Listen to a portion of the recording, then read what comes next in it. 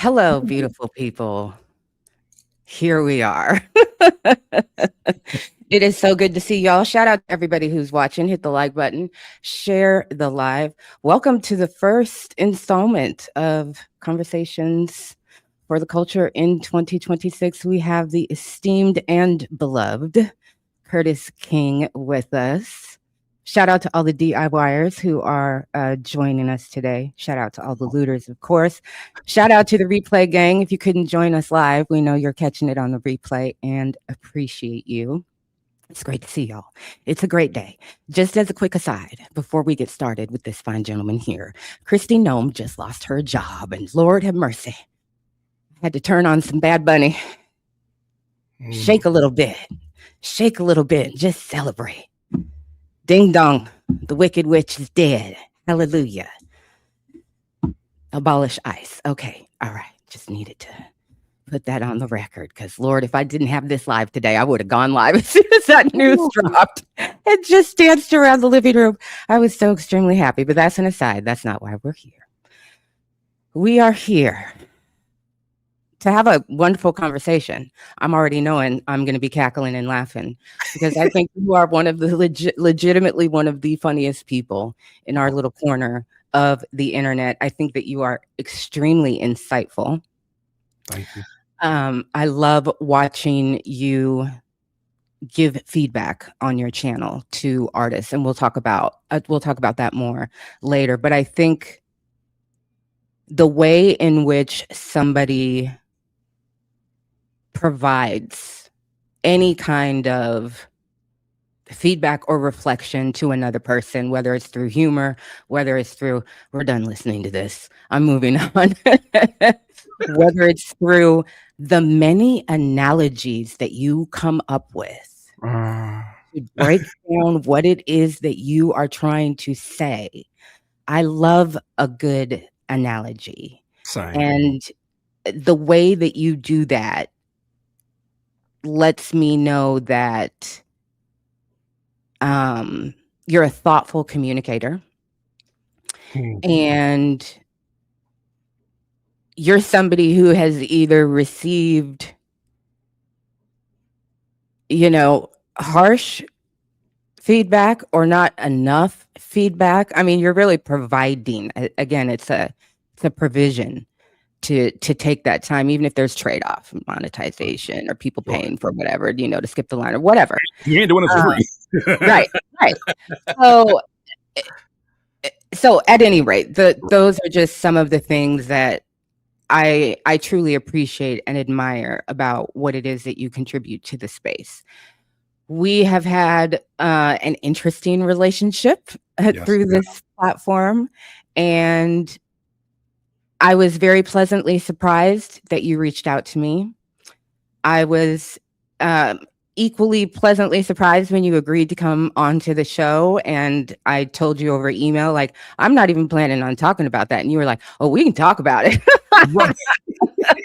We're running away from nothing. They can't expect us to be as critical about demanding accountability and transparency of some of the most famous names in music and not expect that of ourselves. Like that, the voice of judgment that you say, or not even judgment, but the voice of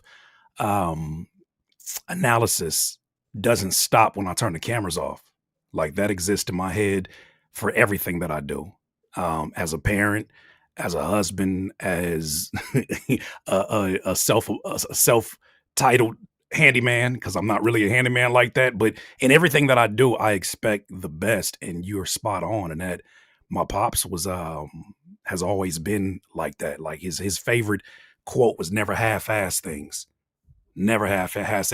So I carry that with everything that I do, and sometimes unrealistically, I demand that of myself. So you spot on. Yeah.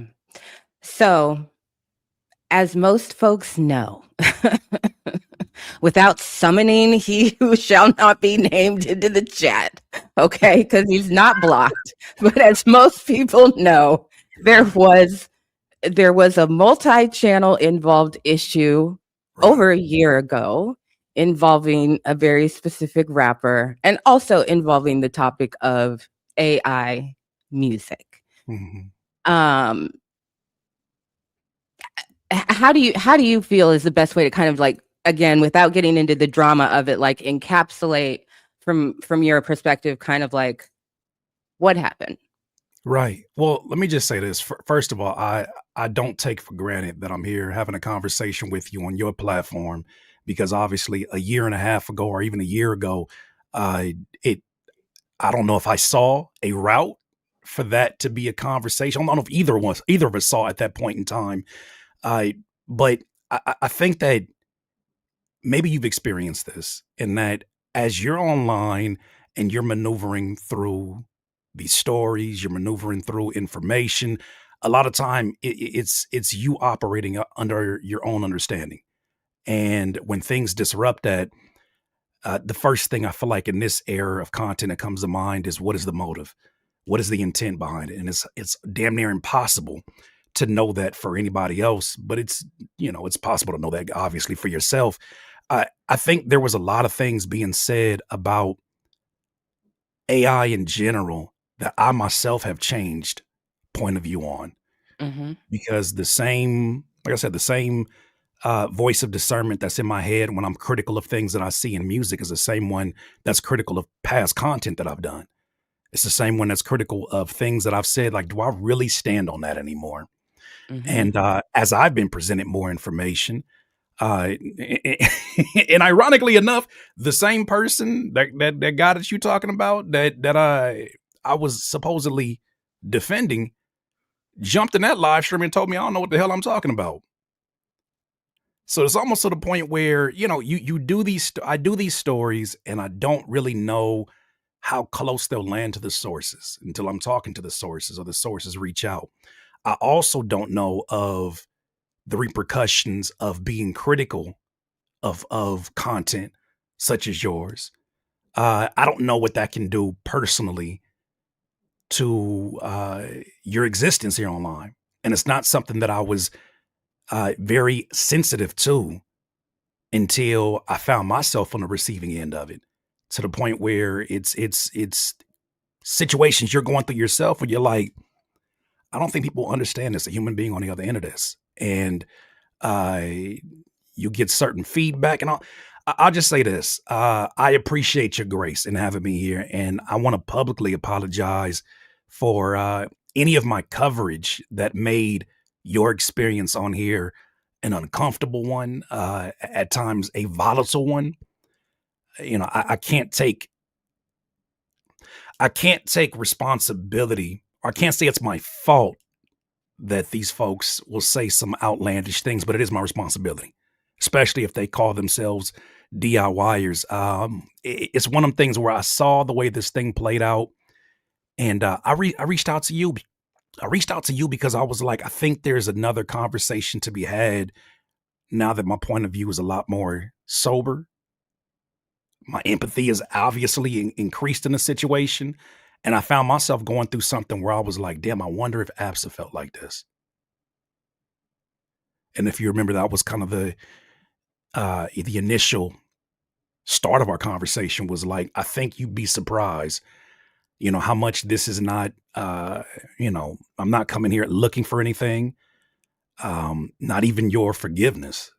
If anything, I wanted to at least start the conversation and have the opportunity to say, I apologize for, whatever my actions may have had a ripple effect that caused, like I said, any of these uncomfortable conversations or volatile reactions here online because it gets real out here. Mhm. Mhm.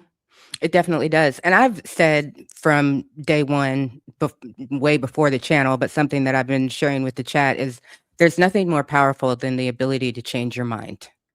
Sure, absolutely. Nothing more powerful than changing your mind about something that you were pretty convicted on and pretty much stood on, and thought that you were good with. Things change. You do have different experiences and they do bring things to light for you. So when you reached out to me, um,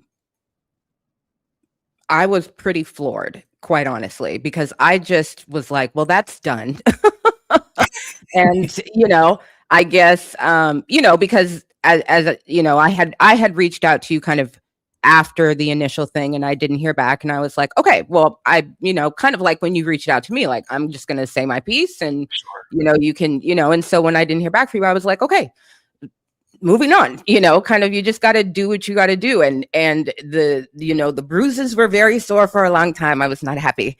But it wasn't just you, and it wasn't anything that I, tried to direct at you. If anything, I was just like, I don't want to talk about anybody else's channel here, Yeah. like it's actually triggering for me. And I used to think that I used to believe the strong Black woman trope before I went some things that made me realize, oh, that's a stereotype.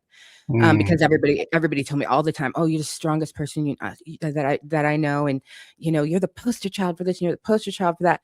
And I realized, well, I'm the most fragile person that I know. Hello. And isn't that more important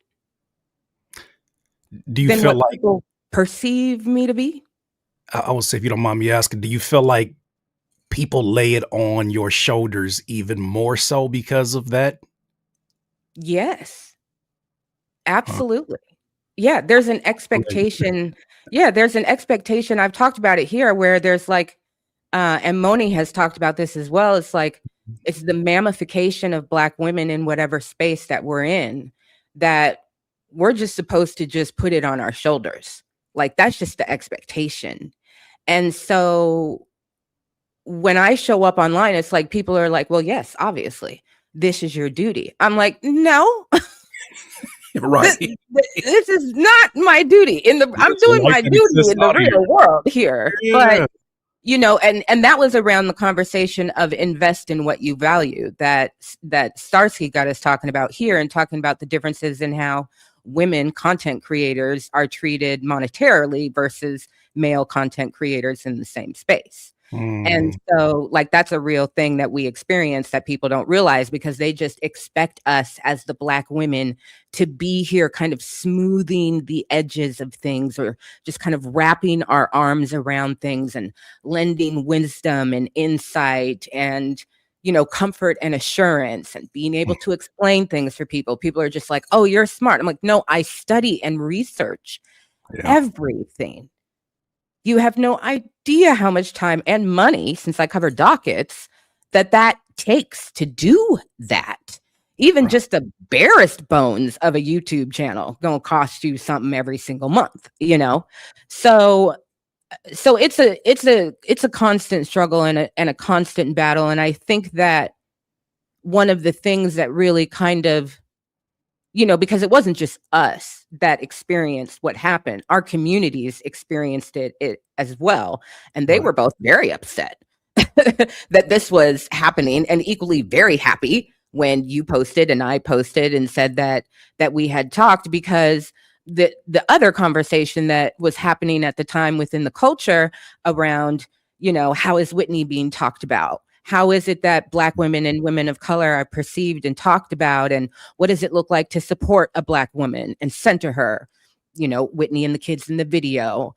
And that meanwhile, a Black man and a Black woman are falling Right. apart on YouTube, and not having a conversation about it directly, publicly, kind of anything, which I would not have done or agreed to at the time anyway. A private conversation would have been fine. A public conversation, I was like, I'm not performing shit for anybody. And all you people want is content. I believe in what Josh Johnson says: the internet is gas, all breaks. These people have heart, but they will get caught up in the drama of content very, very quickly. And so I was like, we are going to dead that here. I'm not talking about this person. I'm not talking about that person. It's like dead to me, you know, Yeah. because that's just it's too much. And yes, it was for a long time very, very triggering. And you move on in life, other things are happening, the wounds get covered up by other things, you have other priorities that come along, fall of democracy and whatnot,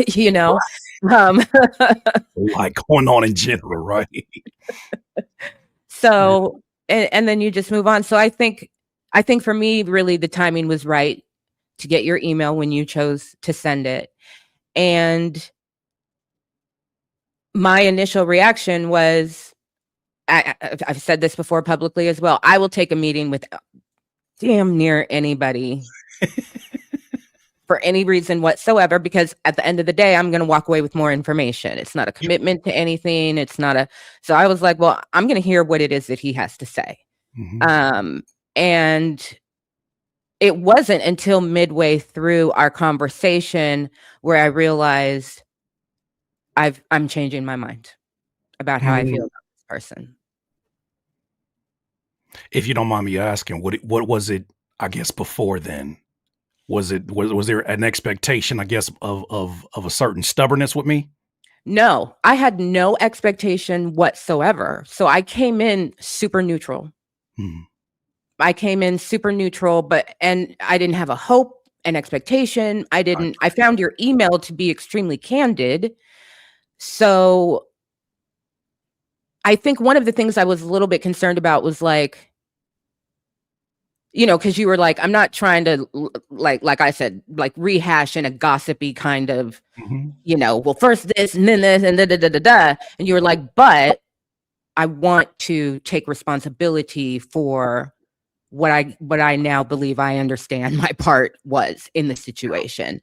And so I thought, I would like to see that.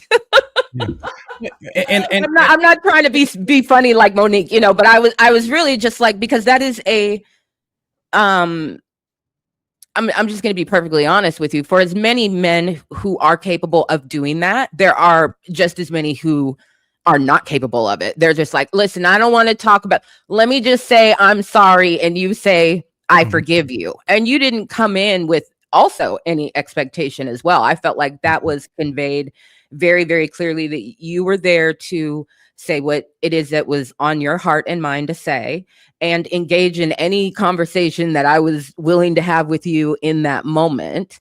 And because I was neutral, I was open, but I was prepared to walk out neutral as well. And just like, okay, that happened. But as you were talking, and you specifically touched on what I had said to you over email of just,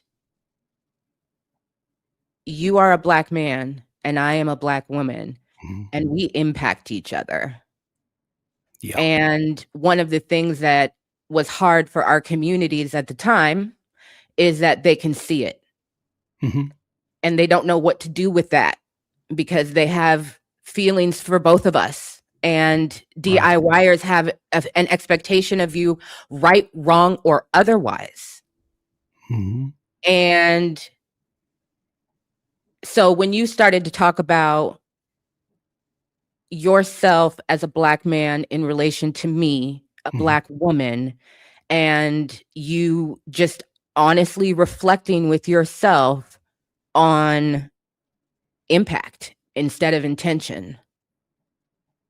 I was like, oh, Uh, you're speaking my language now, because at the end of the day, that's what we're left with, mm-hmm. is with impact. I never thought that you intended to cause harm.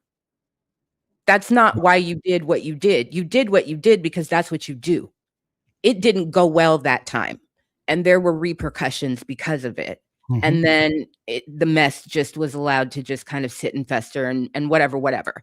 But I never felt like what happened was intentional. I felt like not cleaning up the toxic sludge afterwards, Right. that was a choice. And so, because you took accountability for that in the conversation, in a way that really speaks my ultimate language, which Mm-hmm. is, I see you. Yeah. I was wrong. And I believe I have a better understanding of what my part was. That's not how I want to be impacting people. And, I'm paraphrasing what you said, but, we could have a better relationship than that. Yeah. And yes, yes, we can. Yeah. You know? And I guess the way that these situations unfortunately play out, they don't always have a happy ending, right? Or even a place of, forget a happy ending, just a court, like even to be cordial, right? To even be respectful. It ends up being sort of this subbing and all, all the kind of things that can play out or whatnot. I, I will say this. I wish I could take full credit for it, but I cannot. I have to give credit to women in my community, the women in my Discord community who, even in our moments where I was like, what, why am I getting called a Dunkin' Donut Why and all you that? say stuff me for? Yeah. In the moments where I was like, did that video really have such an effect? And I even have my moments where I'm like frustrated by it, and the ladies wasn't budging. And it took me a while to understand why there was not a budging. And in my history, in my situations, my personal life, personal relationships, anytime the people that I trust the most don't budge, it's probably something I did, right? That needs some kind of correction. Um, they never stopped sharing your content in a Discord. I never made it a thing where it was like, don't share her content in here because me and her right now ain't on talking terms. It was never Oh, that. your name was banned in my Discord. I was like, I don't want to hear it. You got to do what you got to do. You got to, and my thing is, I heard a friend of mine say it on Twitter, and I've been keeping it close to heart. You can't expect yourself in other people like that. That's a sure way on the internet of Amen.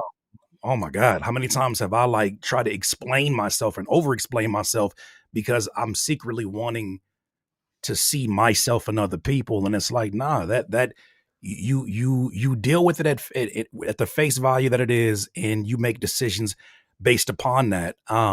But I'll say this, I didn't understand.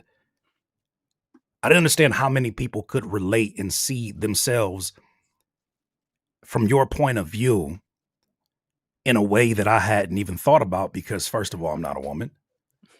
And second of all, it was perspectives that guys are not that, as crazy as it sounds, guys are not always that upfront about how they feeling about a situation. They're always upfront about, well, the real reason why I felt this way is because of this and X and Y. But the women in my community are, and they'll tell me straight up, like, I think he was dead wrong for this one. I'm not passing judgment. I'm not gonna stop watching your content. I'm not gonna unsubscribe from your community. But I think he was dead wrong for this one, and they'll just leave it alone. But for me, I think we talked about it too. I come from uh, the majority of my siblings are sisters. I've always been the big brother.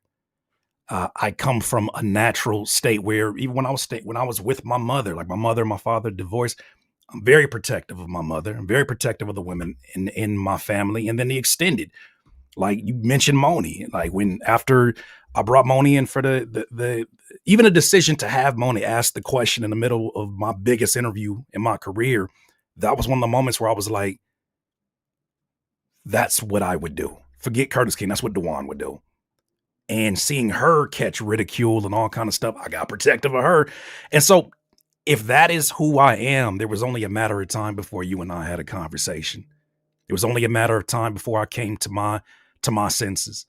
And it was to the point where I could have came to you, you could have cussed me out and said, I don't forgive you, and you have no idea of the actions that you did. And I was ready to the point where it was like, okay, you don't be on the internet being a content creator or an opinionated voice for this long without building some kind of thick skin along the way, right? Mm-hmm. Um, but that's the thing about it too, about thick skin, is that if you had to build thick skin, it means it hasn't always been that way.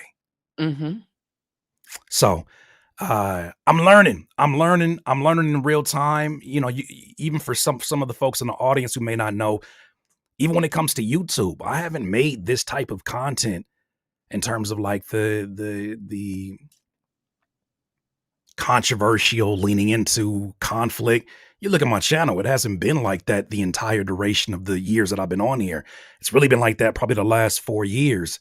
And the channel has, blew up because of it. but it's not always a place where I still got to, I'm still outside. Like Mhm. I don't hide inside of a room like DJ Academics. I'm outside, and I got to see these people, and these people would I didn't got Right. dirty. I didn't caught Yeah. dirty looks, and I was like, "Did I do a story about you?" I sure did. Right. But then also, I'm an artist and I'm a producer first, and I understand there's a certain code when it comes to certain things. So I don't know. I'm not making it excuses. I'm just giving an insight into anybody who's walked this journey as a content creator, as a front facing brand.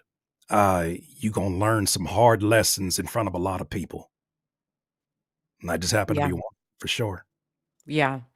Well, I think one of the things that I really appreciate about this entire conversation is one of the reasons why I started Conversations for the Culture was because um I felt like from that experience, I felt like, and a couple other things that I watched happen on other channels, I was like, oh, the content creators, general statement, Hmm. are desensitized to other people's humanity. And I want to have a conversation with people, not just about, the hot topics for the week or, when you started your channel, but I want to have like a human conversation with the content creator to Hmm. remind people there was a Curtis King, before YouTube. Yeah, yeah, yeah, yeah. To remind myself, right? That and learn more about you as a person and not just that person that we see, in the box. Because you even deal with that in the chat or, in the comment section, where people are like, do this or do that, or why aren't you talking about this? Or I don't want to hear you talk about that. I'm like, I don't give a shit. What is the matter with you? You think your keyboard is a remote control? And I'm just gonna I'm not your creative player. What do you think? what You the think this is hell an is wrong extension with of your you? gaming? You did not create me. What do you? Yeah, yeah. I'd whoop your ass in Mario Kart. But anyway. On everything. Like, what are we doing? But that see the even that part of it, like me being from the West Coast and specifically, all West these Coast. different places and all these places in Los Angeles, all these places in the Inland Empire, you get very used to very quickly uh confrontation, Yeah. right? And just being to a place where people say things a certain way, and it don't mean it's a fight. It just mean that's just the way people express themselves out here. Yeah. I'm sure that comes out in ways with me, even with the type of content that I make at times. But uh, that's the thing about it is that you said something. I think that hit home, and that you almost have to be desensitized to what it means to be a human being. I think that's what people end up doing as content creators. Instead of building the thick skin, that's the easier route.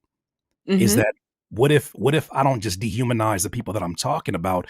What if in the process I feel stronger because I dehumanize myself? Mhm. So when you say something critical of me or what I've said in my platform, I'm unfazed because I don't even really give a damn about myself like that. This is Right. a character that I made up, and Y That's exactly what I was about to say. It's a character. Yeah. but see, I can't. But my thing is the reason why, like for me, I create content, in my sleep. I do this all the time. So when I take Yeah. 3 or 4 days off, you should know I'm in a place where I'm doing some soul searching or I'm doing some resting and recovering, because I can't dehumanize. I can't do that. Mhm. Like anything that I say, I've always made it a point, and I have it on my board. I've always made it a point. If I won't say it to the person's face, I'm not going to say it in a video. Right. Yes. And Just that's what that I think early people on don't understand about me. that you When gonna they're say it. like, "I can't believe she said this about me." I would absolutely Say that to your damn say it face. to your face.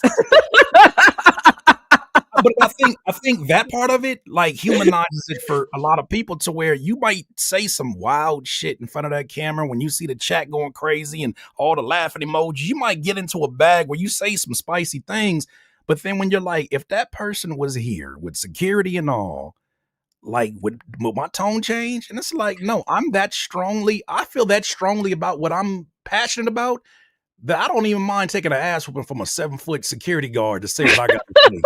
Yeah, for real. For What we real. Well, doing? that's one of the reasons why. That's one of the reasons why when we talked, I was like, okay, we're not gonna let anybody create mess between us. So I need you to know I called you every motherfucker in the book.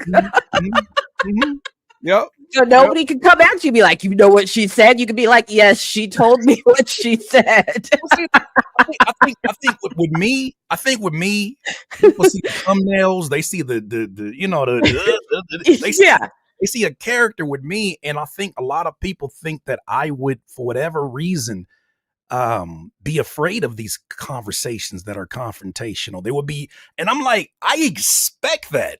And Well, when you said I've got sisters, I was like, oh, bet. Okay, great. And also, I'm from LA. It's West Coast, Best Coast up in here. So it's like game recognized game. I'm like eye to eye, peer to peer with you, shoulder to shoulder. So I was like, okay, let me think of what's the worst. I called you every motherfucker to the chat. Now that we've got that transparency between us, we're good to go. You know what I learned? Sometimes it's them people that call you a motherfucker that end up being your best defense. So ride or die for you. Like you just hope that passion that they got calling you a mother effer, you just hope it flips one day. Well, that's pretty much how it goes for me. Curtis King. Like that's pretty much. That's pretty much how it goes. That's pretty much how it goes for me. Once I say, okay, we're good, then you in the camp don't have a problem. I will be in your inbox like, what you need. my friend Daylight, my homie Daylight, who everybody knows him as Daylight, the rapper, the battle rapper. I worked at Quiznos with him, and I never forget the first time he ever heard about the idea of like cyberbullying. He was like, "What do you mean?" He said, "They talking to you in all caps." He said, "You know the kind of shit that I didn't deal with in these streets," and it just really tapped into me to where I was like, so many things I was sensitive to when I first came into the internet. Speaking for me, when I came into this space, I was like, "You ain't finna talk to me in these comments like that." And I'm like, there's a possibility you having this whole inner dialogue with somebody that is a 12-year-old that already forgot about you 15 minutes ago. Preach. Yeah.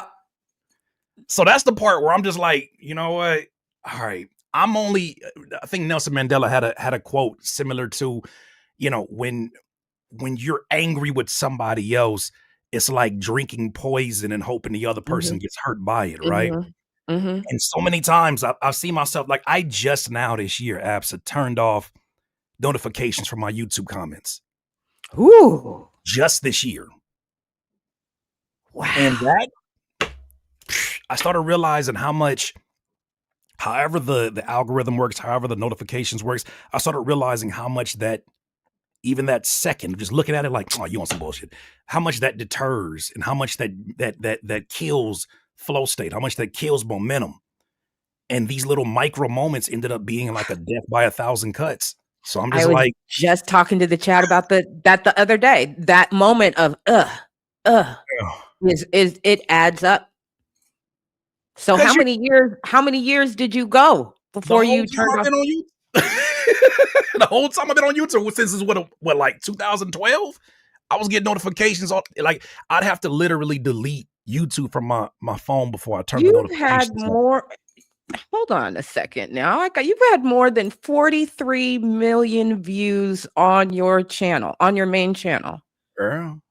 And that whole time, it's just going off. They're just burning through your phone. Like there was a part of me, and it's gonna sound crazy, but there was a part of me that was like, you're gonna build this thick skin one way or another. So you're gonna hear about the worst. And so I kind of like put myself in the way of the fire. I was like, if you can't deal with this, you're not gonna be able to deal with what it takes to have 100,000 subscribers or 200,000.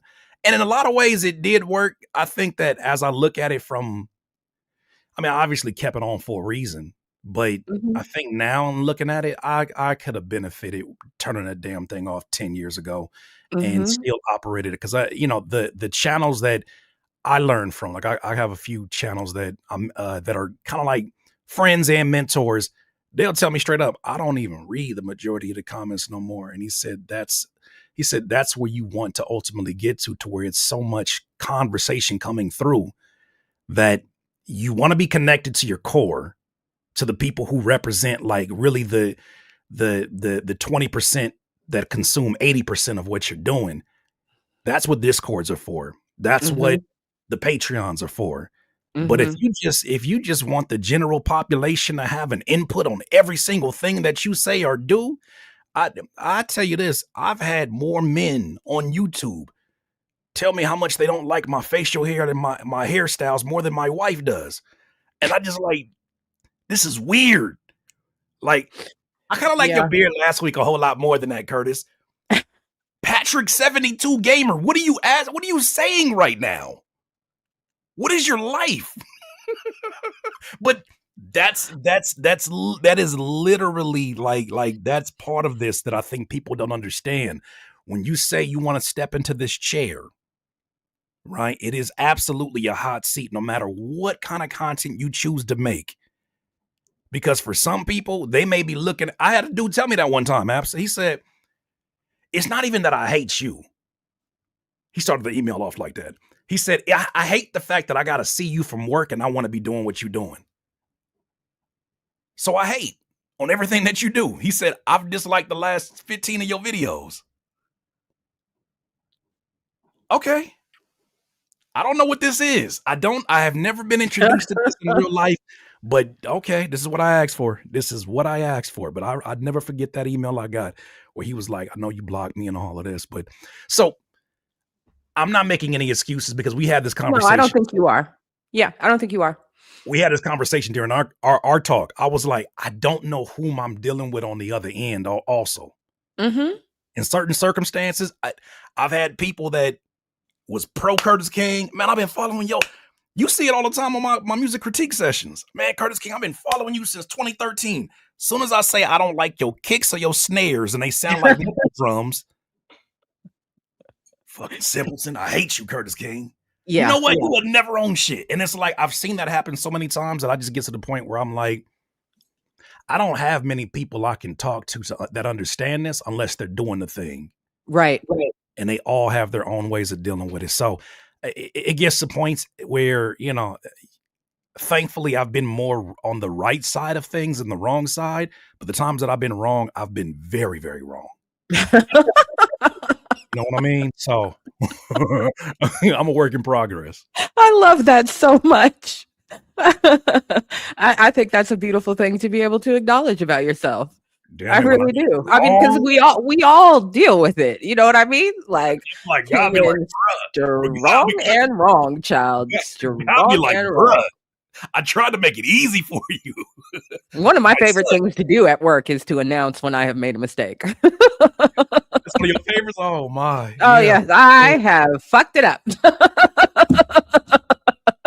It was me. I did it. I was wrong. I will say content definitely has helped me to bridge the gap with that because at the end of the day, that's more content too. Not to say it's less disingenuous, but it's like, well, I guess I know what I'm talking about today. All right. So for instance, recently, I won't say who, but recently I did a video covering theories that I saw circulating around Baby Keem's album being teased on the GNX tour with the Dice and the Mac Dre, air freshener in the middle, right? And then people were like, man, that's the PG Lang's genius at work. And PG Lang is genius. But then I know a lot of people, who work, on certain departments. And I had a TikTok. He sent me a text message. He said, nigga, he said, that ain't no damn Baby Keem album. That wasn't the idea for that. And he was going off, but in a cool way. And I was like, want me to clear it up? He was like, you do what you want to do, but I just want to let you know. I came back. I was like, all right, y'all. So we talking about Baby Keem again. Let's go ahead and correct something I said the other day. Then hold on, Ab. So this is how you know it's the internet. Then I get on Twitter. I didn't clip it up and put it on Twitter. Somebody else clipped it up. Oh, man. This is the worst part. Somebody else clipped it up and they said, they use a little snippet of like correcting that theory. And I guess the person who made the theory on Twitter said like that. They said, They said, see, that's PG Lang is paying Curtis King to discredit my theory. You Okay, see this? Dr. Umar. Okay, Dr. Umar, calm down. That's when I say, you know what? I think I need a break from this too for a second. Yeah, I just, it's ebbs and flows to this, but I said PG Lang has paid me to discredit your tweet. I get that. I get a lot of, for me, it's who at Rock Nation is paying you. That's what Oh, I get. I get a lot of who at Rock Nation is paying you because I covered the Megan against the blogger chick, mhm. that lawsuit. Anytime I talk about Megan, I get inevitably Aiden bots and who's paying you. And I'm like, what the fuck is the matter with you? Like, I don't, that's your stuff. I can't do anything with that. I don't feel the need to defend myself, explain myself, challenge you. I might tell you you're an idiot. Right. But whatever this is, it doesn't have nothing to do with me. And I'm like, I wish my bank account reflected that kind of donation. Okay, the hell? Because Southern Edison is getting bills paid by me. Good Lord. Yeah, I told the chat, I said, if I went to work for any of them, I would leave YouTube. Yeah. Or if I stayed, you'd see signs. They'd be like, Curtis, that ain't you. I would look like the way that they accusing Jim Carrey of not being Jim Carrey at that French Awards. They said about Curtis. I'll show up in here. I'm like, isn't Peachy Lang just great? Yeah, you have to do nothing wrong. I just love the visual idea. I give the opinions that, because besides being an artist and a producer, I am always going to be a music fan. And I like talking about things that move me the same way I would with my circle of friends. It just happened to be now, this is part of my profession to do that. And so I share it. And if it leans in on a few particular artists, isn't that the same bias that exists in all of us? And it's like, well, why don't you talk about this person? Well, how about you introduce me to something the same way a friend group would? Well, it's your job. Well, I don't really look at myself as a journalist. Mm-hmm. That's where I started to feel like I'm disconnected from there, and that I am a music fan, and I would love to broaden my horizons where it makes sense. But I tell the same thing to artists who will spam me their music. That's not how you found your favorite artist. So I don't know where that route feels like the smartest route to go to make me a fan or to make me a supporter. But your favorite artist didn't spam your DM. There was a different channel in which they got your attention. And I just hope that's not lost upon them, and that, a lot of this is doing the work and attracting those that need to be attracted in the moment and then pressing forward. That's a lot of that is content as well. Right? If I was begging everybody to repost this or you need to hype this and da-da-da-da, and some of that does go into, I think, the promotion of the channel, right? That's just natural. Like, we ask people to like and subscribe and all those things. But a lot of this, I really feel like it's just, before Kanye got cloned, he once said in a lyric, he said, I just be talking like it's just you and me. It is. I literally, like, it's just you and me. And then all of a sudden, one of these artists DM you, and it's like, oh, you was there too, huh? Cool. What was I just going to ask you? Oh, I know. So I think another kind of theme throughout this entire situation from then to now, and then like surrounding us in hip hop, this conversation of like integrity. Mm-hmm. And that, of course, was brought up through Drake v. Kendrick, then Drake v. UMG. But you know what? How do you gauge when you're talking about, like, you don't really know who you're dealing with on the other end of thing? You're trying to figure out what somebody's intention is, and everybody is now trying to really gauge, like, what is the integrity of the person who is entertaining me or giving me information or sharing their opinion or that evaluation of something, whether it's music or a lawsuit or whatever celebrity drama is going on in the world. you said that, like, if you look at the majority of your content, you weren't taking on kind of these more like hot topic or confrontational topics. I think that even when people fumble or stumble or make a mistake, when they do so standing on their own integrity of what they believe, people can be more, it's actually kind of becomes a badge of honor. Like, you've stood on that shit, period, Mhm. right? Oh, And I yeah. think that one of the things that we see right now, kind of like in the, like the podcast bros who are like, I didn't vote for this. That's not the same thing as saying I'm against this. Yes. I'm going to speak on it every week that I'm against this. I don't care how many listeners leave. I don't care how many. This is what I personally believe. I'm going to Mhm, stand on my conviction. mhm. Through this kind of, window of time, last 4 years, last year and a half, almost 2 years that we've kind of been rotating around each other. Do you feel like like the Mandalorian, this is the way, like, let the chips fall where they may? Or do you feel like, I'm just gonna back off and not talk about controversial things at all? No, I think there's some necessary conversations. There's some expectations built upon the things that I've covered before. If anything, I Mhm. feel more of a responsibility to lean into these uncomfortable conversations, sometimes that are not even my wheelhouse. I mean, you might have caught wind of something they call around here pronunciations. You put a docket in front of me, I'm guaranteeing you there's words I have never said in my human life. And I thank God for an absolutely channel to help me understand hyperbole and things as such, but or hyperbolic or whatever that is. I'm Mhm. grateful, but I say this: these are all moments for growth for me. I look at them as Mhm. moments for growth, moments of opportunity for me to, stretch in the same way that I do as an artist and as a producer. I'm always looking for something. If it gets too predictable, I get bored. If it Mhm. gets too much of if it gets too repetitive, there's systems that I definitely respect and I want to adhere to. But when it comes too predictable, it doesn't feel like creativity anymore. It feels like clocking in. Mhm. And so, in that aspect, there's things that and then also too, I think that the more that I started to talk offline to some of the people in this space, the more that I did see the things that we had in common, the things that we don't have in common. The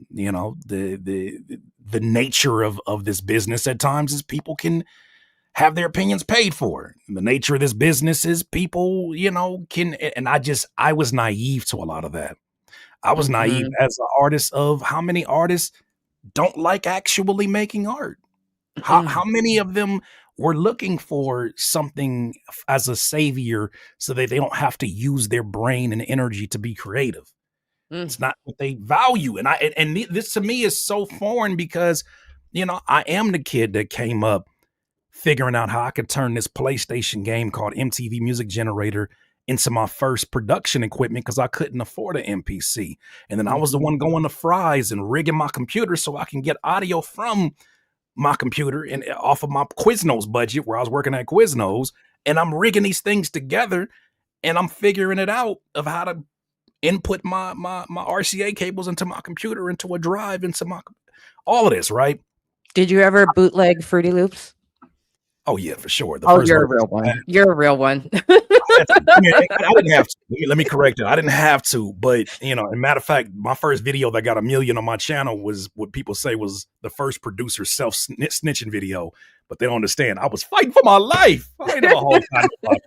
I've never hog tie nobody. But see, even that situation, it's funny. Like you learn lessons from your moments of virality if you choose to, and that was a moment where basically Image Line, the company that owns FL Studio, reached out to me via email and they said, we don't believe that these videos and tutorials that you're doing is from a actual registered copy of FL Studio that you Mm, paid for. Could you mm, present some evidence or face some legal mm. consequences? And I, Damn. and I said, I don't, you want it tomorrow? Okay, I'm gonna just buy it, all right? Because everybody using this. Yeah. I just bought it, and then I made a video. They didn't ask me to make a video about it. Made a video, and that thing shot up to 1 million views, and that was the first time that I really had my back kicked in because it Yeah. was such a predictable. It was such a like okay thing for people in the producers' minds of like, yeah, of course I'm a pirate. Of course I'm gonna do this. Yeah. Um, but that was a moment of integrity where it left me once again being in a very familiar place, even years later, because that was about 10, 12 years ago. I made that video. And man, I had even in some of the image line bulletin threads, like, what else do you expect of black people? Like, it was getting to the point where it was like, dog, I thought I was doing the right thing and y'all are still kicking my back in. Right. Um, but I had to go through that situation, be known as the person that did that. And then what I recognize is that the biggest content creators we know have had about 10 of them situations en route. Yeah. It's just a What's matter of crazy, you said one. that was like sorry, you said that was like 10, 12 years ago? Yeah, it had to be like 2013, 14, maybe. I gotta look back at the video, but yeah. What's crazy is if that would have happened today, they would have hit you up for like, "We're gonna go ahead and send it to you. Make some videos about this, that, or Mhm. the other." But it Yeah, was a completely different ecosystem just 12 years ago than today. yeah. But Today, it's their benefit to just be like, "You know what? We know what's going on. Here's your little come key. on, let's Go we ahead and go come on now. download you some legitness, make a But you couple videos, right. and we'll call it good." You know what I mean? That's crazy. But you know what though? And I think you're helping me to understand in that moment. I think that's when I realized that perhaps this content creation um journey was something I was meant to do because from there I said, this is an opportunity. I don't know how, but this is an opportunity. And with it being something that blew up like that, I said, well, what kind of example can I set? What example would my mother or my pops expect of me? And so I use that opportunity and I say, you know what? Forget that. I'm not even going to wait for these other companies to come knocking on my door. I'm going to just get rid of everything and start from scratch. And that's when I got like a Splice account at the time. And so I started making these videos about like, let's go legit. And a lot of folks was like, oh my God, just drop this, bro. Move on. Who cares? I made Mhm. this go legit campaign. And then that's when the most companies started to hit me up. Hmm. After I admitted all of the things that they were like, no, we want to work with you because we Mhm. think you're onto something. And eventually, Image Line, I guess they have an office in LA, or they had an office in LA. They invited me up there. And once again, going back to the theme of this conversation, empathy, they had me talk to a black programmer up there who was like, I don't think you understand, our producers understand how much we have in common, and that you're saying I need to pirate this program to make my dreams come true. He says there is a plugin developer, there is a DAW developer who is creating this idea, and his wife is telling him, "Look, bills are due, and this little thing that you're doing inside the room is not paying the bills right now. You need to figure this out." And he's like, "Wait till launch day," and then he launches, and then that plugin gets pirated gajillion times on these torrent websites.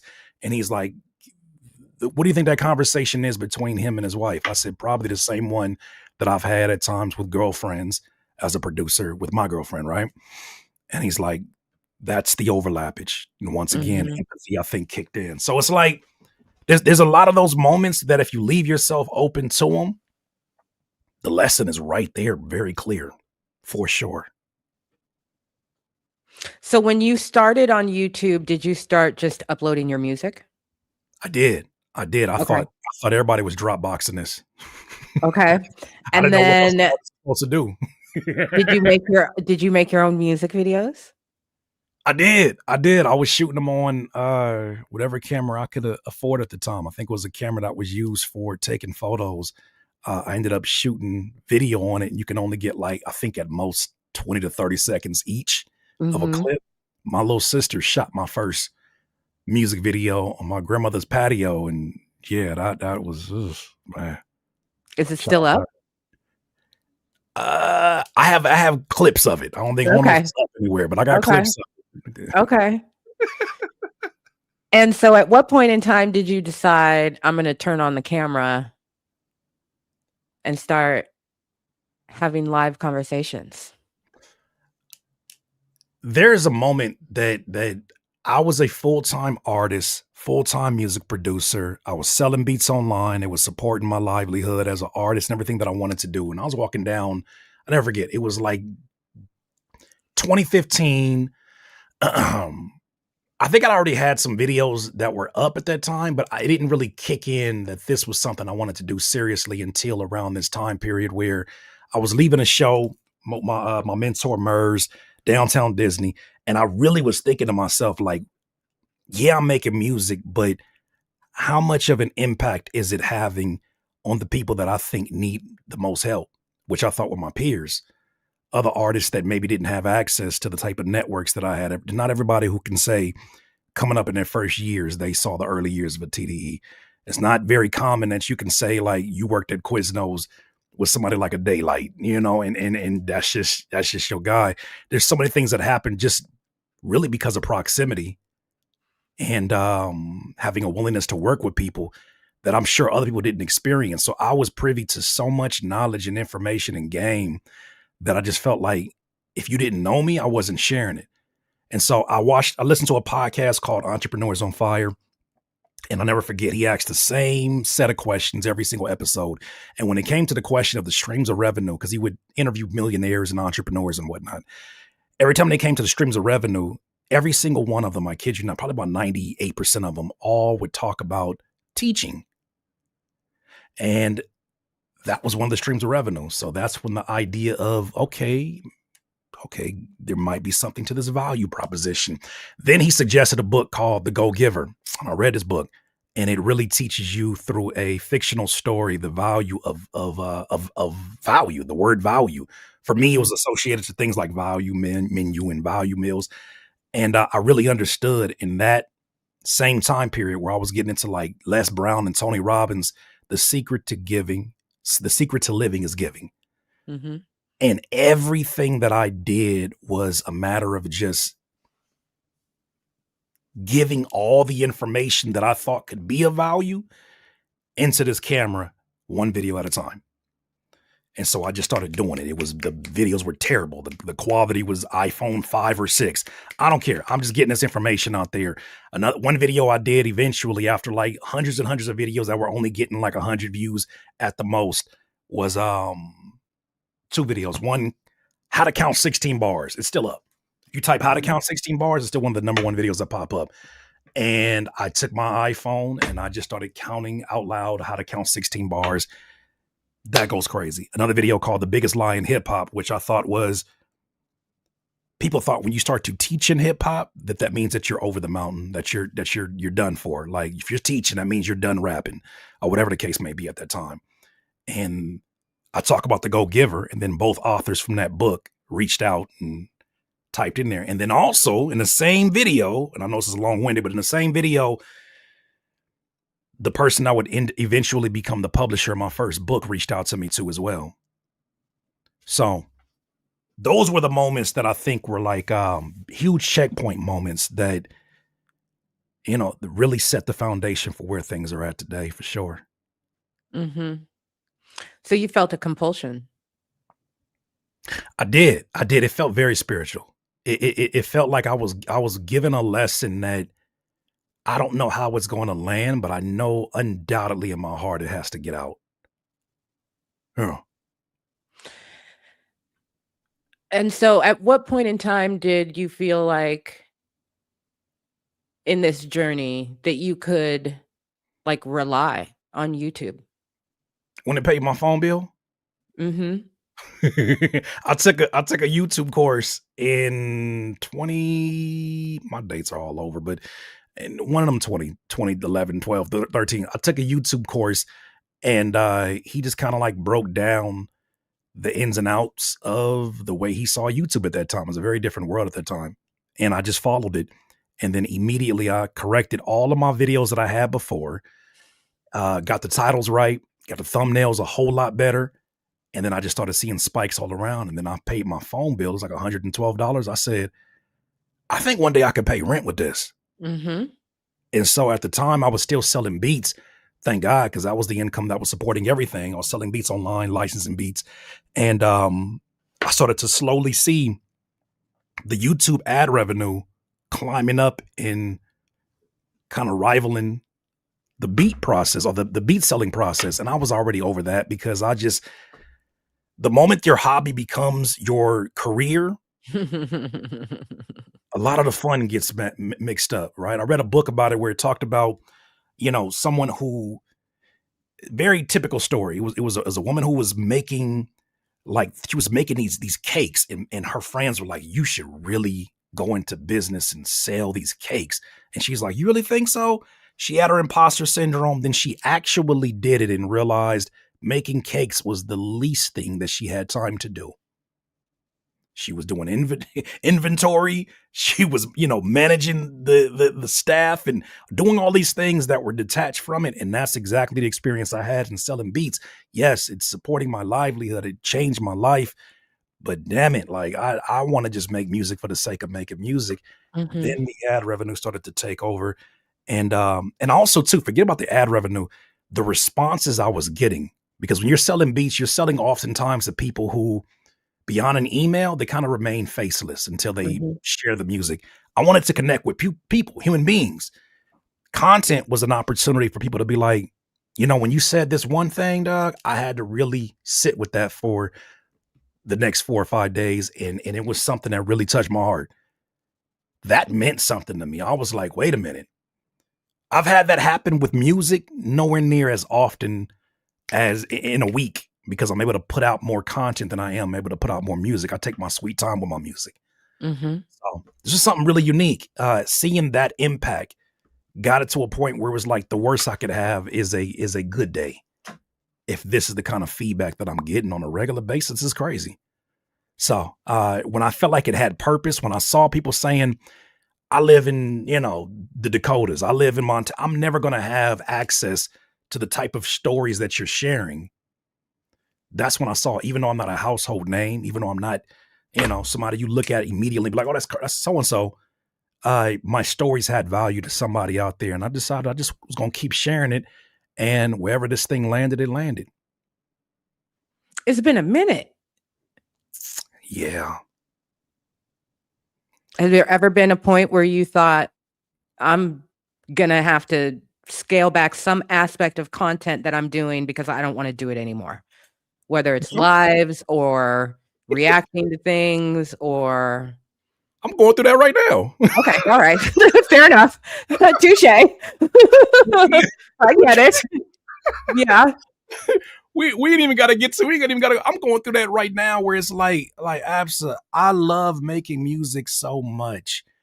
But at times when I'm critiquing music, when I'm judging music, I'm strengthening a muscle inside my brain that makes me more critical of Mhm. details that I need to let go when I'm actually creating music. When Mm. I'm making Oh. music, I'm sloppy. Oh, wow. You know what I mean? When I'm making music, Yeah. I'm sloppy. It don't need to make sense to nobody but God and Mhm. myself. And more Yeah. times it makes more sense to God than it does to me. I'm just creating. So in the process of doing this, what I've started to learn was me listening to an entire album by a Chance the Rapper and looking for things to give commentary on because I have an audience that I must provide some value for, or else we're just, Mhm. listening to his album for free. Um, that strengthened a part of my mind that did not serve me, probably in the prefrontal cortex. It's strengthening that voice of judgment as I'm working on my music. And so I finally get the time to work on music. And something I realize is that I've been putting in 60-hour weeks for as long as I can think of, doing all the things that I do. I've got myself to a point where I told you that story of the ad revenue moving up. And now that it's the number one of everything, I leave like scraps of energy to my music. Mhm. And that's not the way that I wanted to design this. And that's when I had the epiphany. I never did this because I wanted to establish a media company or become a journalist. This was always supposed to be to leverage my voice in media to support my music. Mhm. to build something so undeniable that maybe at some point an aspect of this gets sold off. Maybe an aspect of this is something that, presents some sponsorship opportunities. But at the end of the day, I'm a rapper, I'm a writer, I'm a producer, and I'm better when I'm creating. When I'm not creating, I get cranky. People get Mm, hangry, I get really cranky, creative cranky. I get cranky because I'd rather be sitting here cooking up and making music. And I've had some moments where I figured out what that harmony looks like. But there's a lot of moments where it's like, damn it, so and so just released this. You're not gonna do a story about it because you know that'd be great for the channel. Yeah, you're right. All right, let me mhm, pause. So I'm in a place now where it's like I don't want to stop. I've learned that it's never about me necessarily quitting. It's just a matter of recalibrating and then knowing when you suffer injuries of the body, you know what the hell to do. mhm, Put that finger in a cast, sit that arm to the side, elevate it. 2-3 weeks, you'll be good. When you have injuries of the mind, it is so hard to figure out the details on that, mhm, the fatigue aspect of this. And so I'm in a place now where it's like I don't know how to measure it, but I do know how to go to sleep. mhm, I do know how to be more intentional with my resting, but mhm, I don't always knock it out the park. I don't always knock it out the park. And there are times where I'm on fire, Absa. And there are other times where my body gives me a bill and says, well, here's the bill for being on fire. mhm. Deal with it. I was talking to Punch last week. He looked me straight in my face and he was like, you should have been hired some people for what you're doing. He said, it's just not sustainable. Everything that you're doing is not sustainable. You have to hire out some help. But it's difficult at times to figure out what that looks like for this line of work because it's still so very new. There's not really like books that can establish systems around how to do this. Mhm. Um, but at the same time, it's like, well, you either gonna do it or you're not. So I'm going through that now. Mhm. Mhm. And Do you good help ain't always the easiest to find either. Damn oh, it, child, that's the hardest thing to do. you end up hiring a new problem. Y Give it here, I'll do it. What are we yeah, doing? yeah, yeah, What is that font? yeah, that's rough. It is. It very much is, Yeah. especially when you could just do it yourself. But sometimes DIYers get DI tired. I mean, DI tired Absolutely, sometimes too, But absolutely. let me But it not. is hard to get that initial it's the initial, the forming, norming, storming, whatever the sequence is of just getting the initial infrastructure set up and Mhm. onboarding people and going through that is its own, dance of frustration. And, I've only well, no, that I was gonna say I've only had it go like flawlessly start to finish one time, but no, it didn't. Thinking about that one time, I'm like, actually, no, we did have to fire somebody who was pretty critical, and we spent a lot of time and money on. I was livid about that. But yes, it's hard. It's hard to figure out how to build up a sustainable scaffolding and, you know, continue to provide content that is authentic. I think you are the thing. I am the thing. You know what I mean? It's not like we're coming on here doing magic tricks, and it's like next week we can just learn a new trick to entertain the people with. It's like I come back on channel, I'm like, well, I'm here again to talk about something else that's fucked up. Right, right, right. And the thing is, with being I think this is the part that people miss out on, in that systems are beautiful, right? Systems are beautiful. You're right. The infrastructure is necessary, but here's the thing: in the process, someone has to keep the lights on before you can sit down with that structure. And even when you start to delegate these responsibilities, insert new person, they make a fatal error. That falls on APSA. That falls Mhm. on Curtis King. Yep. And I had it to where a few years ago, matter of fact, during the pandemic, I had set myself up to where I thought I had a pretty solid foundation ready to scale. And I almost ended all of this, including my livelihood, the house that I'm staying in, because of one hire. Because of one hire. And Ooh, I've been there. woo, woo, the Yep. one hire from somebody who seemed to mean well and understand, and we Oh, would speak Jesus. at length about the goals that I Jesus. had. They're like, man, I'm right on. And then here's the Mhm. added part about it. Black man to black man, I get it. Like, I get you. We got this. And then it was just one mistake after another that just happened to line up with a lot of things that were happening in technology. For instance, while this person was running ads for me, Apple did this whole you could no longer track people in the same way, like potential customers. You could no longer Right. track what devices they were going. So you couldn't target iPhone users versus Android users in the same way, or it was some kind of thing with cookies. And this person was reassuring me, "Oh, it's 'cause I got this, I got this, I got this," and that almost leveled me. So Mm. beyond the actual act of almost being leveled, I'm dealing with some internet conflict Mhm. with somebody who's trying to help that process expedite and end me. Then on top of that, you get through all of that. People don't realize you got through that. You're stronger. Thumbs up. There's still the grief of that too. And Injury. you're still expected to Mhm. show your ass up here and be 1,000% you, like nothing's ever happened. I got to the point where I had to even stop telling these stories because I felt it opening up wounds as I'm Yeah. actively trying to build on something unrelated. So Yeah. that's the reality of it. I think a lot of people won't be able to understand until you're in that hot seat. Mhm. Mhm. Yeah, which is why I will often tell people, "Shut the fuck up and go make your own video." Oh, yeah, yeah, yeah. I know you are not in the comment section lecturing me and thinking you're gonna convince me of a damn thing. You picked the wrong one. Hot Cheetos in your fingernails. Shut up. Shut. Oh, What oh, you should sticky do? keyboard? Absolutely, You absolutely nasty should do. sticky keyboard mofo. If you don't get your biscuit head away from me, If that was me, child. if that was me, you would have went in the corner and cried. I mean, yeah.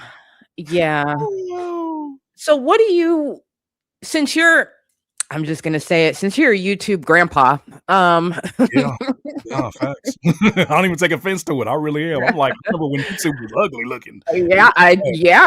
because I was thinking to myself, wait a minute, I don't even know when technically YouTube allowed lives to start. You were probably on YouTube before then. Back in my day, in order to lie. Okay. You had to plug it into the modem and dial it up. Um what do you think, let's go right to the Kendrick v. Drake. Mhm. What do you think happened to YouTube? Do you think YouTube was altered as a result of the beef? Hmm. And when I say YouTube, I mean hip hop content and Right. commentary.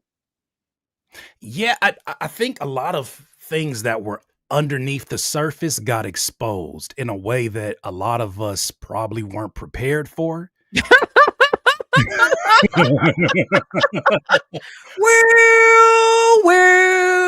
Well. Yeah, I didn't realize there was this many rap hating rap fans. I didn't even realize there was this many folks that say they fans of black artists that don't like black people. What do you mean Harriet Tubman music? And you're saying this publicly from your page? You're not a bot? Like, there were so many things that I'm just like, wait. We're debating this. This should have never came into the conversation. Yeah, it Right. yeah. I can speak Yeah, a at lot of length. people did get exposed. A lot of people did get exposed. Yeah. I think if anything, like, I knew it from being an artist how much grifting existed. I know it from being around other folks who classify themselves as artists, who make art, but don't think from an artistic. I could tell what part of their brain they were operating from, right? They were thinking of this from an analytical standpoint of, oh, that if I say this amount of syllables and I do it like this over this type of beat, I'll have this type of result. There is no filling out the process. I knew those characters existed. I even knew when I would talk to these artists who weren't black, I would talk to these artists about like subjects outside of music or even sometimes within music, and I could hear inherent bias in what they're saying, but it would sound crazy to call it out because it's like, dog, we're not even on that. We just having a debate. Like, I'm hip hop too. I think this gave people an opportunity to be their true self and saw that they weren't alone. So when you Mm-hmm. say something that feels like icky or something that feels like borderline racist, but it's like, oh no, no, no, no, no, no. You got a bunch of oh no, no, no, no, no's in the comment liking that shit and amplifying it. And I think that's the part of it that I was like, oh, so the lid has really been flipped. And it's hard to know whom you can trust because we're not even talking about as a race thing. We're also talking about it from an ethical standpoint, and that Yes. so many of these opinions can be bought and changed just like that. I Yes. never thought about it until you said it right now, but yeah, a lot of that stuff did expose itself, and just how many interactions we're having that may not be with human beings. Mm-hmm. Mm-hmm. Yeah. I'm like, well, I know anybody who's bought a book is real because I had to ship it to them. Beyond that, I don't know if any of these people are real. Shoot. We need scratch and sniff YouTube comments. Like, I need to make sure this is a real man because it is ugly out here, and it's to the point where it doesn't make me anymore want to argue more with people. It makes me want to just be like, you got it, just not here. Oh, that's me all day. I'm not debating a damn thing with anybody. You got it. You got it, Yeah. just not here. Yeah. When people will come into the comments, paragraphs. I disagree, Absa, because da da da da da. And I'll leave a comment like, beloved, I just want you to know that I read this, but I don't care. So I'm just leaving a comment to acknowledge because I think that you copied and pasted this in, you wrote it elsewhere, edited it, took a lot of time with it. So I'm acknowledging it, but it means nothing to me. And I don't care about your opinion because I presented you with factual information about a fact, which was a fact, and it was a fact. So that's why you and I can't be friends. I'll be that petty devil on your shoulder that say, do this. Ask them if they want to see a magic trick after that long ass paragraph. So you want to see a magic trick? And they'd be like, well, what? I've definitely done that. I've definitely, there have been times where I've been like, where I've said, where my response has been like, oh, well, in that case, I should just take down the whole video. Right. And then a couple hours later, they'll leave another comment like, the video's still up. Yes, dummy. The video is still up. What do I look like to you?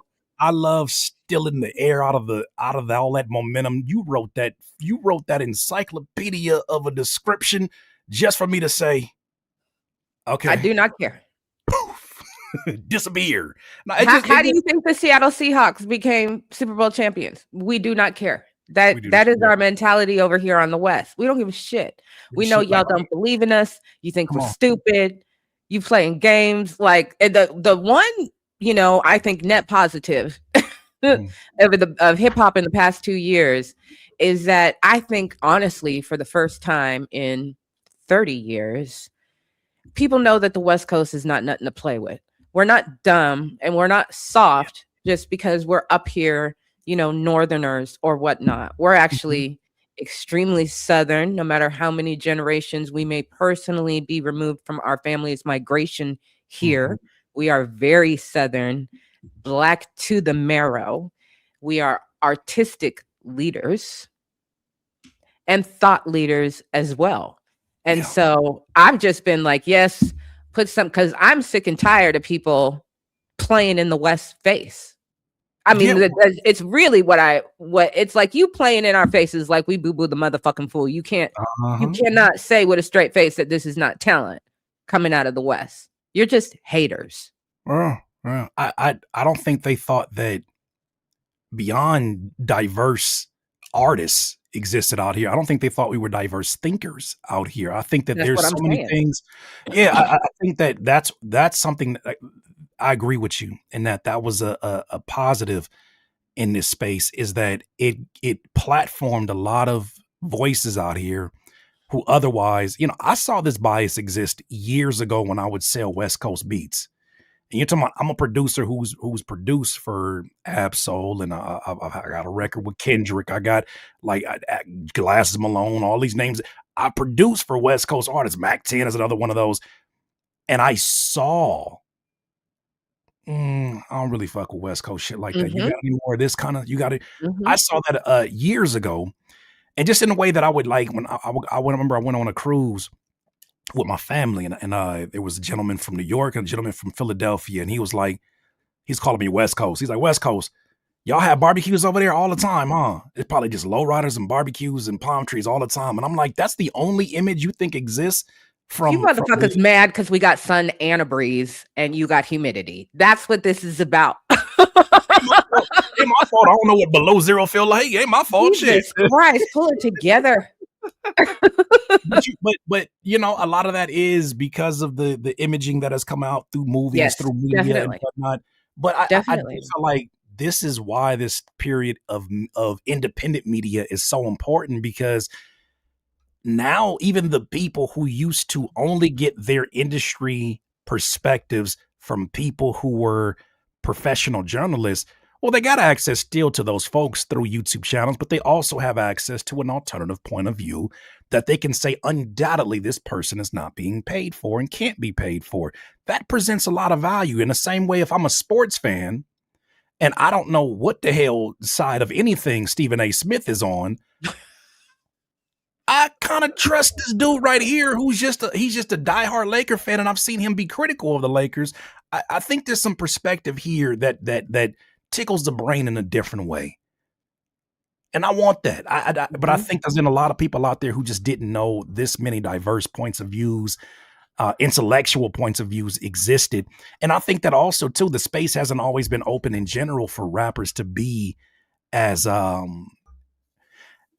heard from as they are today via podcast for 2 or 3 hours. That wasn't a common thing. Interviews in the 90s and even the early 2000s, you get these small fractions of, maybe it was Yo MTV Raps, and then maybe 15, 20 with commercial breaks, maybe 15. Yeah, you getting XXL, The Source, and one hip hop head on the cover of Rolling Stone every 1.5 years. Yeah. So it's a very new experience for a lot of people. Of course, it has to get ugly before it gets better. You know, there's still some very ugly moments of people telling too much business on these podcasts, especially West Coast business. But I think all of these things eventually work themselves out. I'm just grateful now that there are people out here, and there's a lot of media voices that, you know, will reach out to me. Like, let me see what my West Coast, let me check the temperature of my West Coast folks and see what their perspective is. And it's good to have the opportunity for all of these to be heard from. I think that's all Andre 3000 was asking or saying or declaring at the Source Awards when he said the South got something to say. Well, shit, the West got something to say now. The West got something to say, and it ain't what you always expected based upon, you know, whatever stereotypes you held on to. The West got something to say too, and it's a very different looking West now. So what the hell's going on with the East? What's wrong with New York? What is the problem? What do you think it is? We had this conversation on the channel a couple days ago or last week, and a couple things were tossed out, but I think the number one opinion that rose was they were dated. Okay.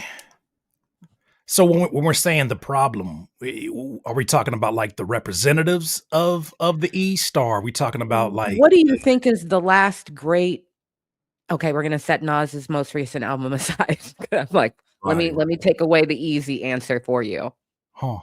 What's the best thing to come out of the East in the past 3 to 5 years? See, what's tricky about that is I feel like you're right. I'm not dodging it. But what's tricky about it is that I don't think a lot of us have thought about hip hop in a regional aspect for a long enough time period to like properly like represent that conversation in terms of. What are you talking about? I disagree entirely. It's been 30 years that we've been talking about the East, the West, the South. I'm not saying in general. I'm saying that in the last let's say after the blog era, let's say after 2013 to about 2023 up into the battle, a lot of this music got homogenized to the point where you could have an artist from New York like an ASAP Rocky that sounds like he's from the South or from Texas, chopped and screwed. Or you could have an artist from, Atlanta that could have some leaning into production that is considered Midwest or considered West Coast. Like things got to a point where I think it's kind of the 50 Cent effect, and that he said it very bluntly in a Double XL article. He's like, yeah, I'm from New York, but like I want the appeal that this artist has from the South. So I'll go get this production from this person. I got Dr. Dre, so I'm able to tap into this audience by doing this. I think a lot of artists made that their entire identity, where they themselves would say, I don't make New York type of music. Mm-hmm. And I think that period of time is what I'm really capturing Okay. in. Like, yeah, I come from a region. I have West Coast pride in them. I'm talking about more recently, artists wasn't really yelling out like, I'm New York, New York. Like a lot of this music just Fair. sounded like I'm whatever's most popular. Right. Well, So now Joey Badass thinks that he's the king of New York, or Joseph Naughty Bottoms. I'm sorry, chat. Joseph Naughty Bottoms. I got into too many problems with over there. Nope. They still hate my guts. Oh man, I'm like New York family. I love y'all, but they still hate my guts. Oh no. And I know his friend CJ Fly. I'm pretty sure he ain't too happy with me being one of the only content creators to make a response song. I got in the middle of that, So hey, Mr. Badass. Hey man, I wish you the absolute best.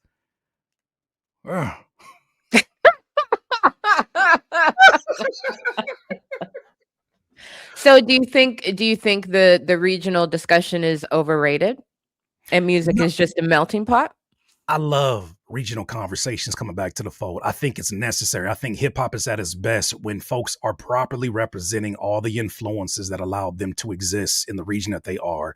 I love when an artist from the Midwest can show you how his sound is influenced somehow by the OJs, and you can trace that lineage back. I love when a rapper from New York is able to say, these type of drums are appealing to me because my uncle and my older, cousin put me on to. I love that conversation existing. I just think that with New York in particular, there are some voices that have been used to like being the center of the conversation because that's the origin of hip hop. And I think that sometimes that can lean in on arrogance to where the rest of the world could change around it. And because people have always defaulted to you being the tastemaker of the conversation, there can be a selfishness about it to where it's like, nah, like it ain't touching this or it ain't touching this. Mm-hmm. To me, it's almost the same thing that happens with the sports debates and a Michael Jordan. There's some. I was literally just thinking that. Yes. You'll never move them off of that. You'll never move that off of them because for them, it is an emotional attachment. It's a nostalgia. It is I saw this in person. I went and bought the thing. And you can't debate them up and down off of no kind of point. And I just have to respect that is just their experience with it. I think there exist some voices of leadership in New York hip hop media and rap. They're the same way in that like this is the Mecca. There ain't nothing you gonna ever tell me about hip hop, about rap, about whatever the subject is that's gonna get me off this pedestal. And I mean, in a lot of ways, can you blame them? I would just say everybody else has come to the table, I think, understanding that hip hop is not at its best when one singular region is dominating or is dominating just the conversation, I should say. For real. Yeah. Our power is the unifying contribution of hip hop. That's why I love Rap City. Rap City gave you all these different regions. I learned what a Milwaukee rapper sound like because of Rap City. I learned what a rapper from Seattle sounds like, who's still considered West Coast, but people don't really think of West Coast when you say Seattle, even though it's literally on the fucking West or Las Vegas, right? But you get this exposure, and I think social media just amplifies that. This is a beautiful time to be vocal about your regional pride. because it connects you to people who never knew somebody like you could make it out of where they from. What region does J. Cole sound like? What? What? Just line them up. I said it with straight face. Why are these questions more difficult than the ones we started with in the initial conversation? Why are these more? Why am I more uncomfortable about these? I'll be trying to just like. Yes, it's the Pacific Northwest, but it's also the West Coast, Best Coast. Kiki, shout out to Kiki. Afro Butterfly said it's a setup.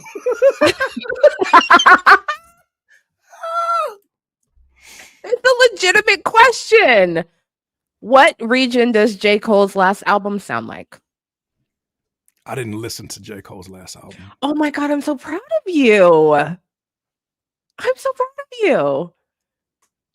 Yeah, that's fine. That album was 105 minutes and we got through it in 24 minutes on this channel. You said 105 minutes? Yeah. That's crazy. Yeah. It was a no, go, skip, annoying, skip, annoying. I don't want to hear this shit. Run through for me. Okay, what was the last J. Cole album that you listened to? Forest Hills. Lawn Care, right? The Lawn Care Company one. Okay, so Lawn Care. It sounds like the name of a lawn care company. No, Forest Hills Lawn Care. I did listen to what was it called? The one with the basketball hoop on fire. Which one was that one? Child, I know you're not asking me. This is what I do when I need something from the chat. Chat, what's that thing called? What's that thing called? Y'all know which one it is, because some of the homies produced on that. Like, I got an interview coming out very soon with the off season. The off season, that's what it was. Yes, the off season. Shout out to the chat. Thank you. And the homie Ichiban or Willie B produced on that project too. So I wanted to, like, I guess it was more so to support the homies and listen to what they produced on there. But yeah, I have respected his DIY like approach to this rollout. Like approach. I like it. I like that. I like him getting next to the people, and I love that for him. Even though he looks terrified of the people that he drove into the midst of. Okay. I love, he out there. I just love he outside. Good for you. Just get outside. Amen. Fresh air. Can't get outside. Even though, Cardi B did a better version of that. I really liked the way that she operated when she was out there, and she was. So did you listen to I'm going to get it wrong. So chat's going to correct me on what the name of it was, because my brain is telling me it was called the Birthday Blitz. What was the mixtape called that he put out before what was it? You didn't listen to it? He said, yeah, we listened to that. And that's when I said, I think I'm done here. He said, okay, because I saw a video that you put out that paraphrasing the title was basically just like, there's something wrong with J. Cole. Yeah. So I stopped doing reactions on the YouTube channel because I was like, I really sound like somebody grandpa when I said the YouTube. That's crazy. It's all good. I stopped doing reactions on the YouTube and on the Nintendo. When I stopped doing reactions on YouTube, I started to do it on Patreon. And like, I feel like those reactions, I for sure will get canceled a few times if I ever did them reactions. And I'm not hiding from nothing. I'm just saying, like, I feel a certain amount of freedom with no restrictions and censorship. Yeah, for sure. And we listened to that, and I heard him say I ran through more niggas than Lori Harvey. I said, turn this off.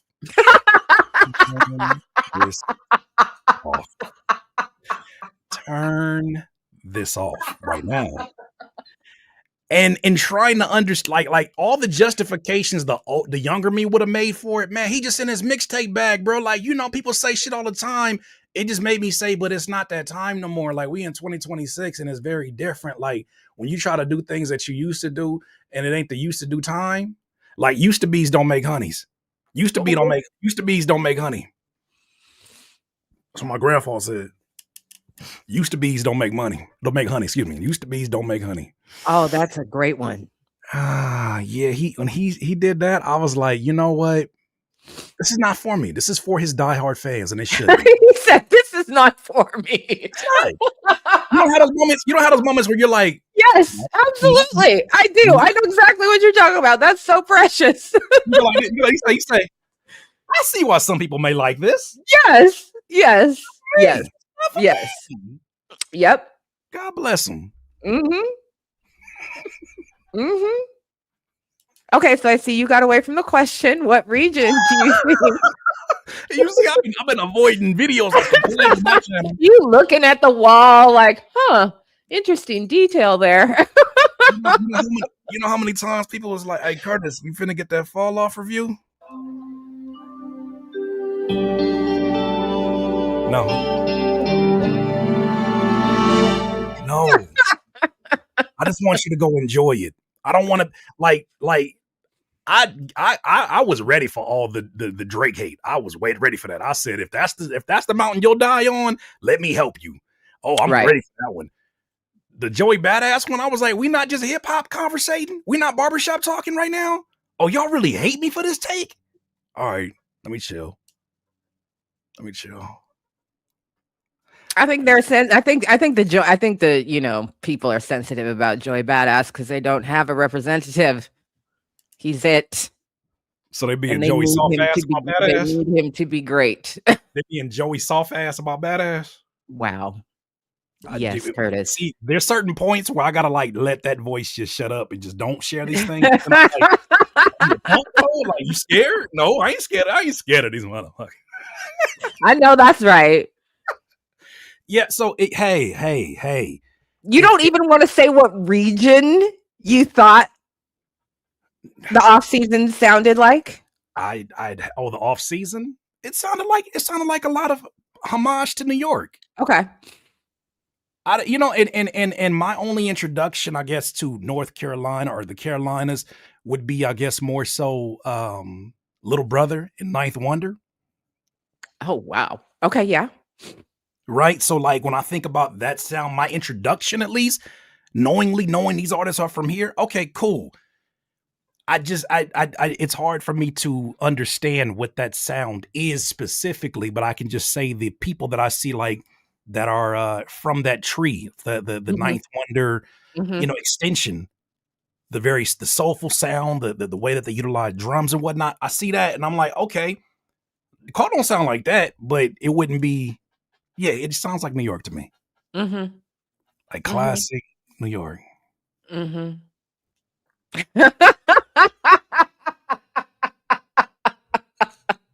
Okay, we're not going to torture you. What did you think about Baby Keem's album?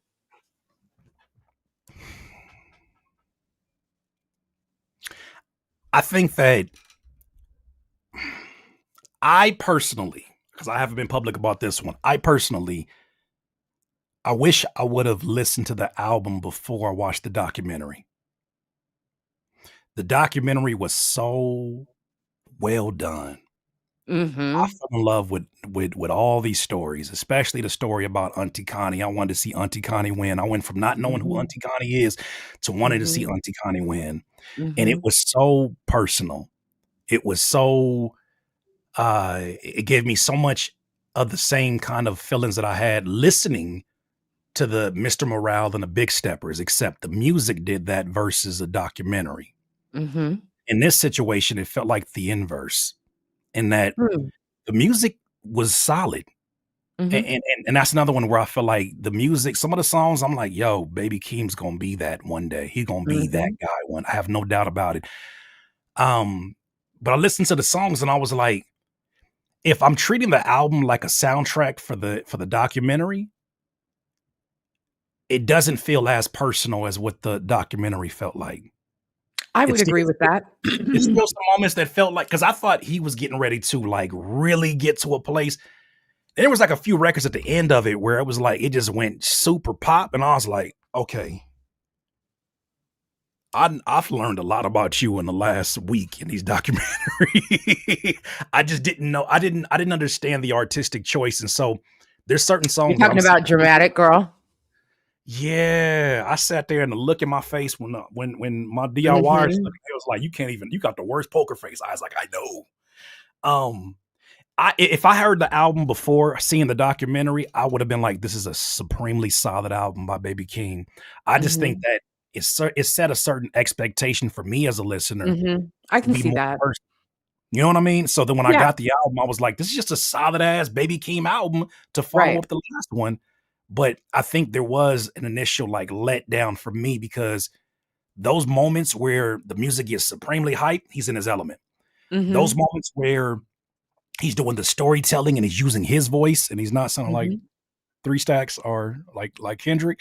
I'm more That was curious about crazy. that. I'm more curious about that because I have this theory as an artist that we at times change the pitch of our voice because sometimes the content of the message is too close proximity wise to the feelings that we really feel. Mm. Right? Sometimes we don't get Mm. to a place where we share certain stories until we've found a certain amount of peace and we're ready to reveal that without it feeling like it's opening up a wound, right? Or peeling off a band-aid. I think sometimes we change the pitch or we change the framing or the perspective, and we'll say, him versus I when a story gets too close personally. And I just, as a writer, I've noticed this being around other writers. So when I see pitch changes and I see distractions, I start to think like, maybe these are still way too personal to really like unravel. I was expecting a Mr. Morale in the version of Baby King based upon that documentary. And so when I heard it, I was like, it's a solid album, but I just feel like the documentary was so damn good. It set my expectations in the wrong place, and that falls on Mm. me. So Mm. that's the most honest I can be about that. That's the only thing I've said public about it. Because Can I'm I like, I tell don't you know what if my I'm gonna get theory right. can I tell you my theory about Dramatic Girl? Please. Chat's already heard me lament about put some respect on Dramatic Girl. So, this is how I received the song. When I first heard it, I was like, "What the fuck is this?" Because it starts one way, and then it flips into something else, and I was like, "I don't know what I'm listening to." Mhm. And then about 3/4 of the way through the song, I was like, "Well, but my body is having a reaction to it," you know? Mm, It's like, there's something about this song that is light and fun. I was like before it was even over, I was like, "I need to start it over and listen to it again." And I closed my eyes, and I just listened to it, and I was like, "Oh, I know exactly what this is. mhm. This is whimsy. This is the whimsy of love. Mm, And this is the young black man. Let's consider everything we've heard on the album up to this song. Let's consider mm, everything we saw in the documentaries. mhm, He still has whimsy in his heart." If you listen to Dramatic Girl and take it away from being Baby Keem, mhm. objectively, it's a good song.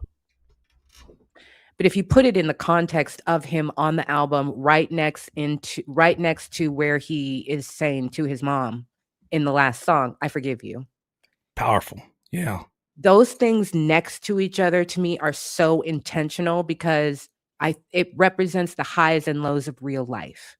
Mhm, And when he was talking about I'm gonna butcher the line, but where he talks about, "I make music for kids that have the slow walk home. mhm. It's only 2 blocks to get home, but it'll take you 3 hours, because Yeah. once you go through that door, whimsy is gone. Wow. Playtime is over. There's no food. Somebody's high, drunk, passed out, not there. It Mhm, comes back to the reality. So Dramatic Girl for me represents somebody that is so self-possessed in their own reality, like he's self-aware mhm. of what it is that he's been through, and he's unpacking how these things have affected him as a young man. But he still knows a damn good fucking song that will make you skip down the street because it Mhm. makes you think of that girl or that guy. It's the whimsy of love and joy, and to see that in somebody who could just as easily be talking about murder and Sure. killing somebody and getting back at people.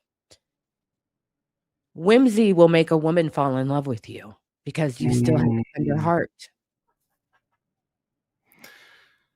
Perspective. Yeah. That's how you find your lifelong partner. That's somebody who you share. whimsy with and fun with and silliness with. That's why good flirts. That's why I'm like, oh yeah, Mm-hmm, oh mm-hmm. yeah. You know, you reacted to a song last night where a dude was like, "No Diddy, but I'm gonna Diddy all over you," and because that's what the girl wants, and so I'm gonna be as mean and as rude to her as possible. We don't want that. We want you to write a cute little song about rubbing on our booty. That's what we want. But they You gotta, want to turn us on. You want our granny panties to drop. You think, oh, bitch, this, bitch, that. Nah, start singing a little doo wop about my booty, baby. Up the this stairs. man, Let's go.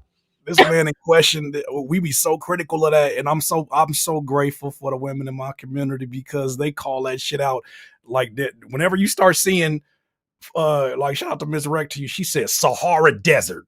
I said, oh y'all is bold.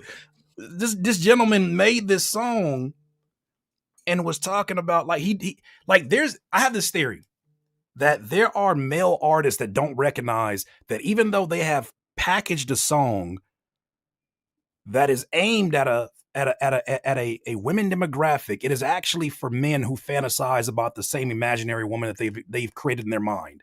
She's Yes. docile. She'll go wherever you tell her to go. She wants me to be a piece of shit.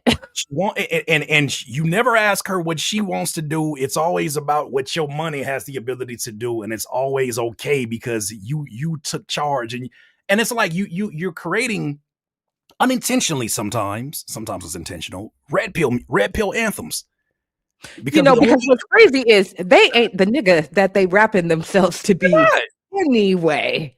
So they're not not. only do they have a fantasy of what she is and what she wants, they have a whole entire fantasy about themselves. Ugh.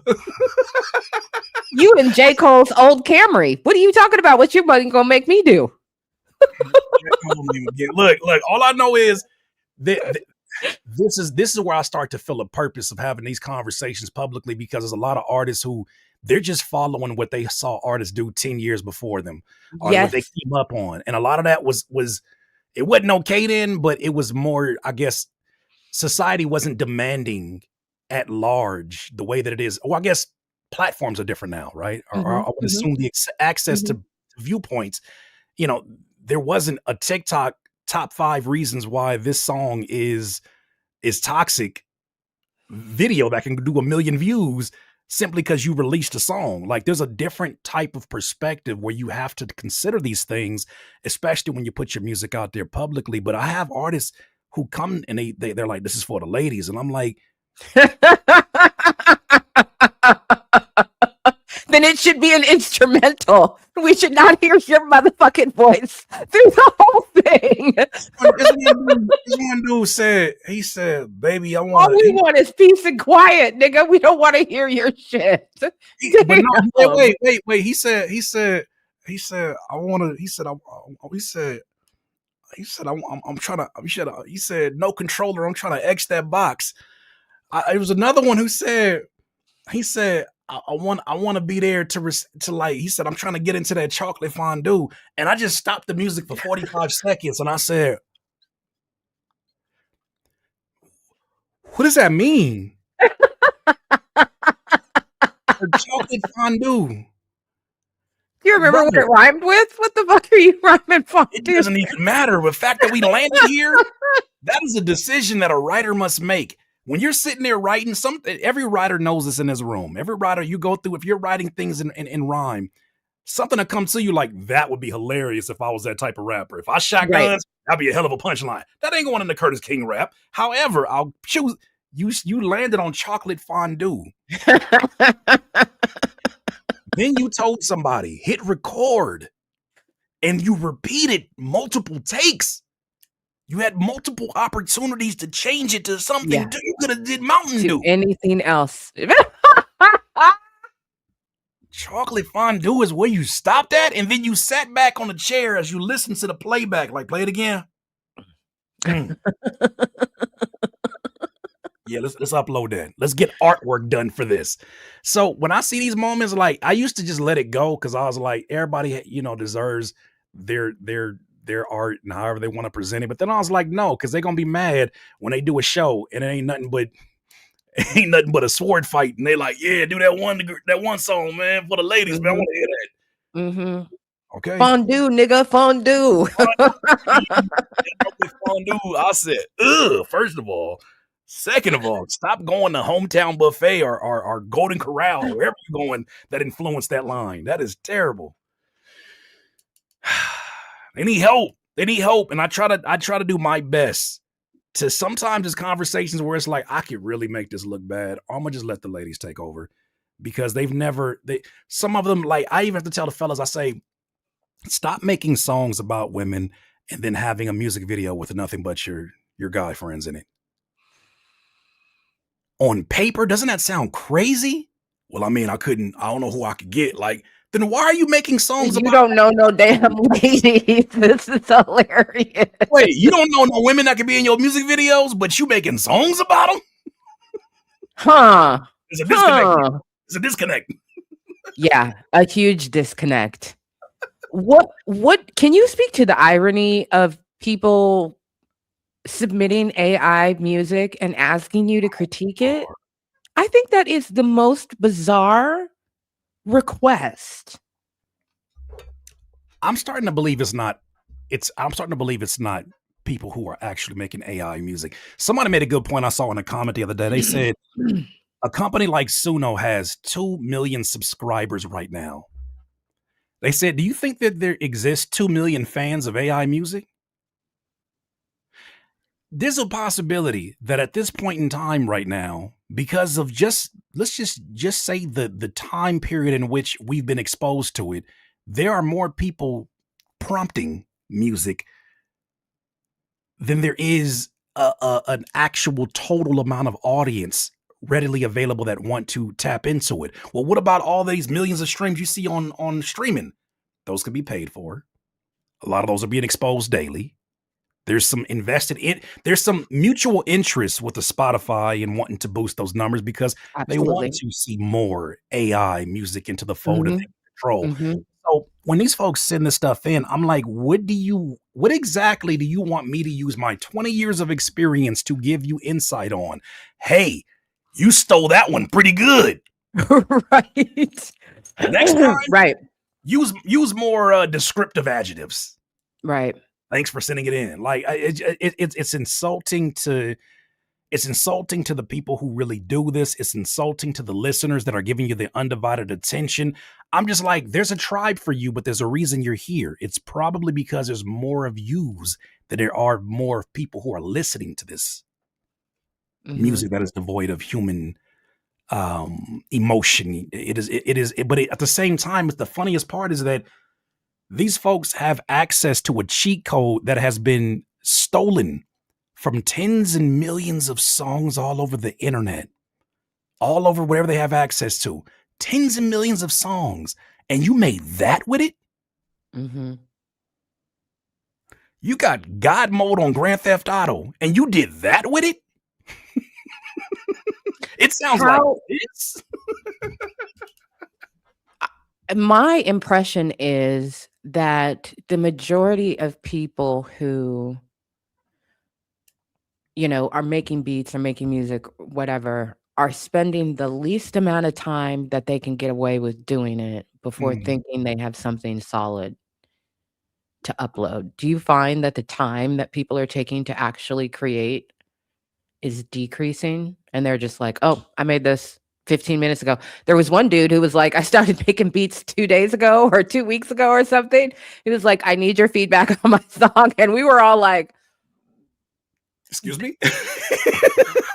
I think it's been headed that direction for a long time, though. I think before we had conversations about AI, there were producers specifically bragging about how it only took them 15 minutes to make something. And I love using this analogy with this. I'm like, could you imagine if you were like, on a first date and you were like, just want to let you know if things get intimate, I'll put it on you for about 15 minutes. Want to let you know, 15 minutes, the things that I can do in 15 minutes, sister. Right. Like, imagine that scenario and how stupid that sounds versus how the music making process should have never been about speed running through it. Mm. for most of us, the enjoyable process is the frustrations that come along with it. It is the problem solving of, okay, this puzzle piece doesn't belong with this one, or does it? Am I looking at this Mhm. wrong? Let me give it 24 hours and come back to it. You know what? I was just thinking of this the wrong way. This is an end piece. Like, that is the process that we love, is the problem solving. Some people get into that and they say, what are we, barbarians? Why are we doing this? Let's just make this process not difficult at all. And it's like, that is the purpose of music, and that is the purpose of creating things, of art. Yes, K Sharp, that's the purpose of art, is that struggle. But then also you get to look back on the end product and look at it as many times as you want and realize how much it took for it to get there. That's the enjoyment of this, is Mhm. turning a mumble into a chorus that people in mass sing along with you. Turning an idea that feels so very weird and abstract into somebody's favorite song, or graduation song, or married song they get married to. These moments are very special, and I think that the more that I see AI music be pushed, because they need to make that money back, because they be going in debt, um, the more I start realizing how much we have to protect it. Mhm. We do have. I think one thing that's not being discussed enough is, although it was illegal, it was predatory of these people to comb through tens of millions of songs to base their machine learning off of. The reality of it is, how many of them you think was good? I had a thought. I asked my audience. I said, 8 billion people. How many of you think you got? How many of those people do you think got bad musical taste? And so I started thinking, this is even more reason why we need to protect our arts, and create these communities that are not readily accessible. I think so many people have been obsessed with more is better, right? They've been so obsessed with, I need more fans. I need, instead of saying, what about the quality of the audience going down based upon the quantity increasing? That's why I started pushing direct to consumer, because I was like, if you find yourself 50 people who are willing to spend throughout a year $100, think about what that does to you in terms of supports your art, and in terms of knowing, like, yo, people are really investing in what I'm doing. Mhm. That will keep you away from worrying about playlisting on streaming. Forget all of that stuff, all of the noise and all the stuff happening there. You just want to satisfy them 20 to 50 people every single time you're making music. I think that for a lot of artists who are independent, that's what it was always supposed to be. But there's always the lure of more. There's always a temptation of, well, this could go viral. Well, this could do it. And then look what they did with that virality. They stole it. They stole your stuff, and they threw it into a collection plate that everybody is able to pull from now, but didn't contribute to. So I look at all this stuff, and it doesn't make me want to speed up putting out music for the general public as much as it once did. It makes me want to provide it to the people that I know actually exist. Like you said, the ones I can mail things to. Mhm. Because outside of them, they'll get more people here. They'll share it with people. But Mhm. I think that we're entering a time, unprecedented time, where new things are going to be asked of all of us as music listeners, as music creators. And it's going to be an uncomfortable time. It's been that way. But as you're seeing where things are going, the labels and the powers that be, they have no intention on making it any easier for you as an independent artist. They're buying up No. everything they can. No. Yeah. No. So, yeah, Okay. yeah. Well, I would like to get your feedback on a short little bop. Okay, come on. This is the channel's theme, which was created by my child, Mr. Luter Jr. Come on. He composed it and he produced it. And what I said that I wanted to him was what I said I wanted was I wanted something that felt lo-fi but wasn't emo Hmm. or airy. You saw we dealt with that last night. This is literally this is like I'm not gonna tell you what key to start in. I want something that is kind of chill, because we never come into a live, even when it's breaking news. I'm still trying to provide something that's different from the rat race of your day energetically. So I was like, I want something that's energetically like lo-fi, but not emo and not airy, and it needs to have something in there that feels like grounding to it, which is the lower bass. And so he did that over a year ago. And then for Christmas this year, I said, well, we love it, but what if you revised it for 2026 and came up with a new version for that? So he came over a couple weeks ago and came up with this little bop. You got your okay, good. You got your headphones on. Of It's only course. about 40 seconds, so I'll play Okay. it. I'm ready for it.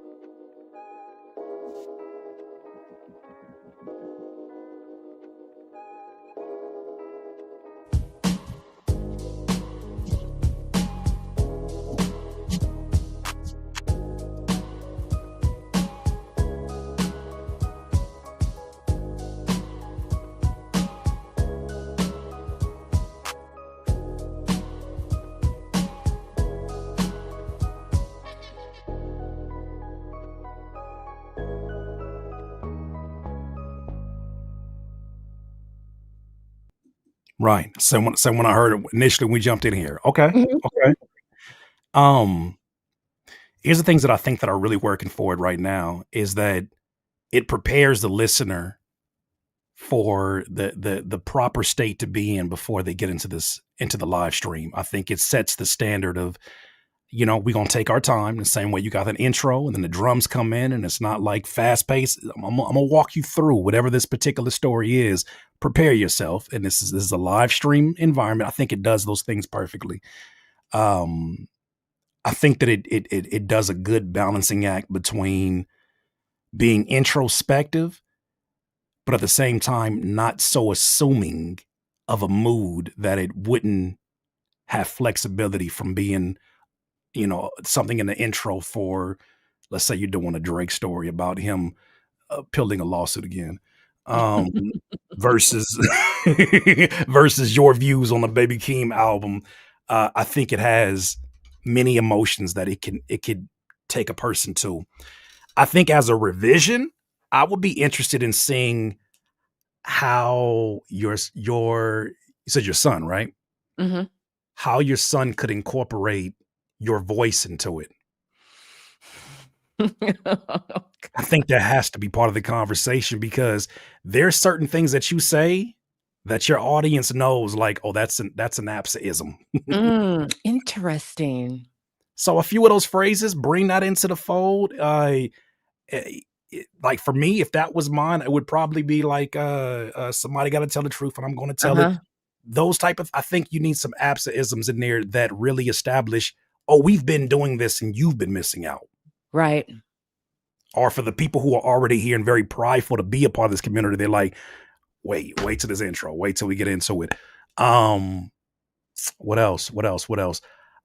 I would be interested in hearing what this sounds like without drums. Okay. Hold on. That's funny that you say that. So a video is going to play over this one. So I'm obligated to just say the word titties because we're moving into the LBG.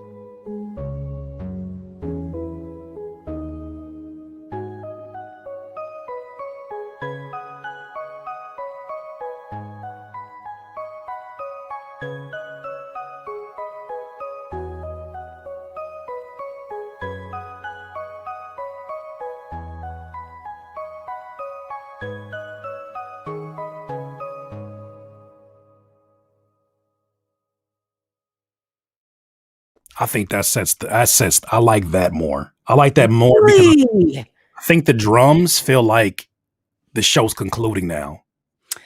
Really? Drums come in, end credits come in, maybe even the Patreon shout outs come in. The drums are the extended version. You gotta understand. I'm a 90s TV like you know what I mean, savant. Yeah. Like I know my TV themes like the back of my hand. One thing I used to love about the Cheaters theme song. You don't never know, it happens every day. And it's like, yo, what happens to the rest of that? Then you get to the end credits, and so I think for this one, no drums, Possibly experiment with adding maybe one more sound, like something sophisticated, like a cello sound behind it. Uh, Ooh. just something that like gives the eye, or even like a deep synthesizer, because I think both of those things give the listener a perspective. The cello is an expectation of a certain type of class in the conversation, which I think you always represent. Well, thank you. The bass is also kind of eerie in that it could represent. I might cut somebody in this conversation today too. Yes. You're gonna have to find out. I used to call my music. That's why I got our face up there. I used to say my music. I want my music to make you. I want to feel like Sade with a shank.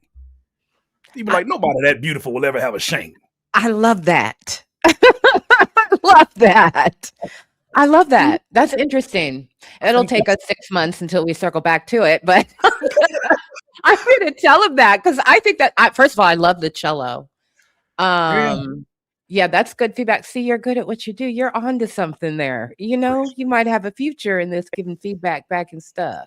Hey, I don't know how much longer I want to do it because every I feel time I you on do it, that. it be feeling like I love helping people. Oh, I love it. Me Even when too. they're ungrateful and they send me diss songs in response to it, because I got many of those that have come out. People ask me for my honest feedback. They get it, and they gonna make a diss song about me. What you doing? What are you doing? Somebody recently made some diss songs about me. Apparently, I have arrived in a Multiple? new echelon. Multiple in a 24-hour period. They were very upset. Very, very upset. And I had some rappers reach out to me like, "Say I the got you. word and we Say, will cut that motherfucker." I was like, I can't tell y'all how much I don't care about this. I've not listened to them. I'm never gonna that's a him journey. I'm over here living you my feel me? best life. My wife said something one time, and it made me look at this song in a very different way at 40. She said, because first time somebody made a diss song about me was another YouTuber. And like I was like, yo, I want to beat his ass. Like fuck that. Right. I want to beat his ass. The audacity of you to Mhm. think that you. And she said, let me get this straight. He wrote an angry poem about you, and then recorded said angry poem, and then he sat there and mixed that angry poem. She said, wait. After he did multiple takes, because I see you record. She said, then he made artwork for that angry poem, and then he shared his angry poetry with the rest of the world about how you made him feel. She said, how you feel about it now? I said, you changed my perspective on this, because I'm like, Yeah. it looks like you just like you grown ass man and you scoring about an honest opinion about somebody. What he probably wouldn't even about you. He just like, and then the funniest part about it, Absa, the people I critique and I give their feedback to, I'm like, you didn't fix none of them things in that funky ass diss song. So it was like, you still rapping off beat. You still ain't found a key to save your life. Like, Mhm. yeah, but no, yeah, that's not surprising. I think that since the battle, that is the low hanging fruit. People are like, I can get a quick reaction from this. Why wouldn't I diss somebody? Mhm. Mhm. This is weak. Yeah. I'm in full agreement with you. It's just weak. Mhm. Yeah, it's just silly behavior. Silly, silly behavior.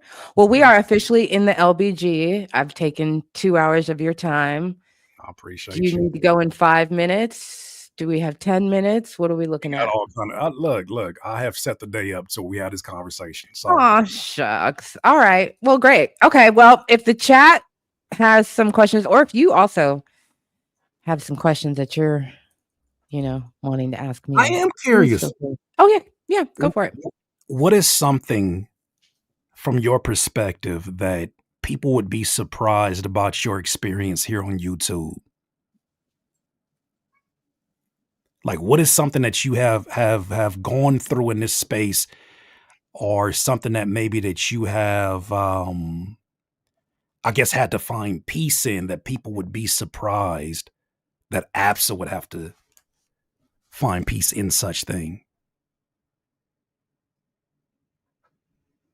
Hmm. I Dunno. Um,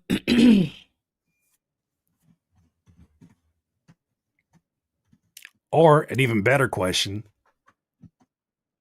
if that is too vague, what is something that APSA uploads her first video versus where you at now?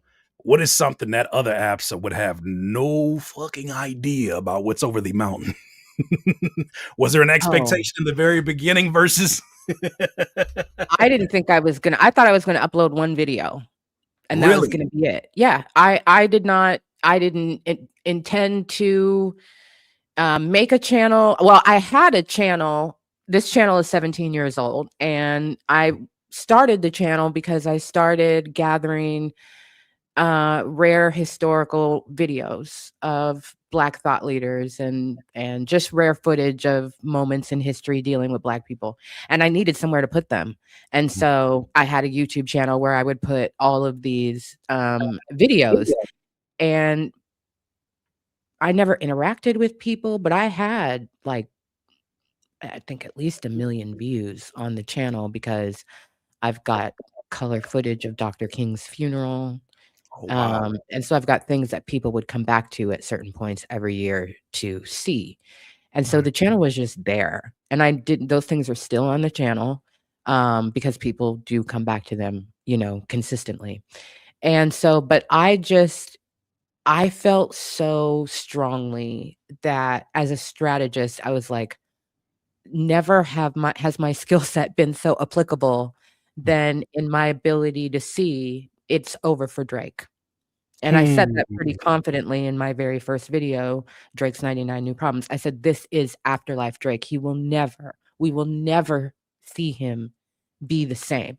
Now, predicting that and then watching it actually play out and then being tangentially a part of it as it is happening, um, yeah, I never thought that I was gonna have a channel. I put that video up, it got like 35,000 views in 24 hours, and people were like, to what we were talking about earlier about new voices coming up and all of that in the moment, it was the comment section that were like, "Okay, what are you gonna talk about next?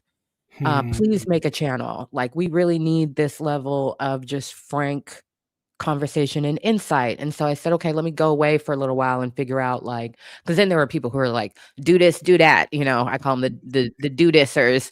Do "Do this. this, do that," and I'm like, "No, I'm not gonna be reacting to things," everybody Right. loves the music reactor. I was like, "I need to go away and I need to think about it." And so initially, very early on, I shared a lot with people about how I became a strategist, some of the things that I went through. I had to dial some of those videos back because people are psychotic, but um, once I kind of got that out of the way and felt like I had kind of like properly introduced myself and kind of set an expectation of I'm going to do this my way. I'm Mm. only going to talk about the things that I really want to talk about, and I'll give it a year and we'll see how it goes. But I did not think I said this recently. If you would have told me 2 years ago that I would have written 2 books about a beef and a lawsuit, I would have said, what the fuck happened in my life? What wait a minute. How did we Yeah. get there? There's no way. I mean, I've had people who have wanted I've been people have hammered at me to write books about so many things, movement building, surviving systems, how to work within or outside of systems, Mhm. strategy, a lot of things that would really require me to flay myself in a way that I was like, well, that doesn't sound very fun. I know that you all would benefit from it, but that's because you all are looking at me through that, but you're so strong and we can learn so much from you. And I'm like, I'm healing, leave me alone, kind of thing. Yeah. So I think even just like I wrote 2 books. I would have never thought I knew eventually I'd write a book about something, and now it seems like I'm writing a book about every fucking thing. But I would have never thought that I would do that and feel so once I made the decision to do it, you Mhm. couldn't move me off that for nothing. I was like, Mhm. these things are worthy of that kind of honoring. This Right. should be bound in a book. This is a historical moment. I think it did kind of break an unhealthy trance Mhm. kind of just a passive trance that a lot of hip hop, meaning the artists, the listeners, everybody was just kind of under. And Mhm. I think that's broken forever. I think once you see the wizard behind the curtain fucking up, Yeah. the gears, you can never not Back. see that again, which is why Drake is in, the afterlife of his career Right. because he can never get that back. And he already was in a position where he was never going to make music as good as what he made when he was at his best. Mhm. So, but yeah, I know that's a long ass answer, but I had to No, really think that's about I it. was curious. So with that said, now that you have new expectations, you have an audience that I'm sure you feel some level of responsibility to deliver, the things that they already said, hey, this is what you want to present to us. We love this about you. What is kind of like your number one measurement in terms of judging the success of a piece of content? I've kind of had to stop doing that. Mine's always changes, but yeah, I'm curious. Just as I from mean, one. some days it's just the fact that I made it, and that's it. I'm like, success, upload, Oh my god, that 250 views, fucking great. Keep it pushing. Um, I don't know at this point in time. I think for me, whenever somebody says, "Oh, I never thought of it that way before," hmm. in general, I feel like I've done my job well, and that's in any I can be talking to an elected official. If they are like, "Oh, I hadn't thought of it that way before," I'm in there. Mhm. We're about to make a deal because Yeah. I've changed your perspective on a situation, and now we're more aligned. And so ultimately, that's just what I wanna be able to do for people is take a fact and frame it in a way that they hadn't thought of before. And so I think anytime I see feedback or a comment that is, like, in that vein, I'm like, "I hit it out the park." And then there are other times where my first litmus test is I'm making it for me. Mhm. Um, and if it's received, great, and if it's not, okay. I know that I would really like to talk about politics 24 hours a day, 7 days a week on this channel Hmm. and breaking things down, but they don't want that. And Yeah. YouTube has really crushed my algo when I started to kind of wade back into that after the election. YouTube was like, "We bitch, be Mhm. cute. We don't want this shit from you." But that's actually my greatest strength. And so there are sometimes where I would talk about politics and I'll get comments from people who are like, "Oh, you need to talk about music." And I'm like, "Motherfucker, the levers I could pull in your life right now, you have no idea who you're Oh, even talking to, or right. what it is that I do, or what it is that I know you think talking about Drake is where I use my most critical skills the most. Come on. You must be out your motherfucking mind." Yeah, yeah, yeah. So I will say it's good to be on this end of the episode. I'm glad I'm no longer on the receiving end of that. I'm glad it's my hey, them. and I don't want you to I don't want you to be on eggshells. I think one of the hardest things and one of the things that I don't like is when people think that I'm the YouTube police or that I don't have a sense of humor or that I'm super sensitive or fragile. Like there would be people who in good intention Mhm. would hop into We Are Deciphered's chat when they would say something about a case and they'd be like, "Well, that's not what the document said. The document said this, that, or the other." And I pulled everybody into a chat on this channel and I Mhm. was hella emotional about it. I was like, "Don't make me that person. They're Mhm. riffing, they're clowning. I'm analyzing, they're giving their color commentary on the thing. Don't Mhm. drop my name somewhere of just like, that's not what Absa said. Absa said it." I'm like, I am not that. Do you know what I mean? Don't report back to me on people or, that makes me not feel good. I don't want people to Mhm. have that feeling about me. You and I are going to disagree about things in our relationship going forward, and I'm Sure. going to be okay with that. Well, we've established that there's a clear pathway to communication that Right. uh, I've always my thing is I always want to try the conversation first offline before online. Mhm. Even if the offense was done publicly, we'll get back to that and we'll clear it up. Yes. But I want to make sure, like, because especially like with my peers, like especially with dudes, how many times I've had to ask them, like, nigga, are we having a conversation? Are we YouTubing? We doing Right. content? And I hate that I asked that because that's never been a part of my way of thinking. I'm not, oh, this is just content. No, no. If I say that, I stand on that. But there's so many people that I've met that I'm like, you don't even like, you're not passionate about either side of that. You're just happy to see the views going up or the chat Yes. increasing. And I just don't Yes. operate by that. If you see me strongly disagreeing with something or you see me standing on something, it don't matter if it, matter of fact, the person that we questioned about earlier that I was interviewing at that one point in time, then people was sending me super chats. Get him off of here. Go back to the store. Get him off of here. And I'm Right. still in tune with the conversation because I have my goal. I have my own goals that I want to accomplish as well. But I think that's all of our superpower is being able to be transparent, being able to have these civil conversations. But at the same time, I have to realize we may be operating from a place of understanding and empathy. Can't assume that of everybody online, especially people who may be consistent commentators of my platform or yours. And that's when I be telling people, I'm like, you think that you went to bat for me, you about to get blocked because that's not what we represent. Mhm. Some people just love to see the chaos because Mhm. they don't have to get blood on their hands. But Mhm. they get to they get to stabbing everybody, but Mhm. they get to like, oh, it's not Mhm. me, it's not me. So I'm Mhm. very much, I think a And there part were of definitely people who tried that after oh the for fact. I'm not sure, gonna hell name yeah, any names, but there they were gonna do people it who were like, now.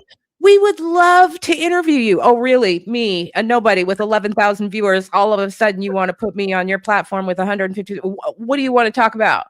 I can Come only on, man. imagine, and they didn't wanna tell me what they wanted to talk about. I'm like, "Well, I'm busy." Yeah, I've taken that on. We talked about offline. Uh, Mhm. and it's funny because my community was the one that said it before I said it. They were like, I think you need to stop doing collaborations because one, you're building momentum on your own and you're already doing the thing. Some of these collaborations are not fruitful, they're opportunistic.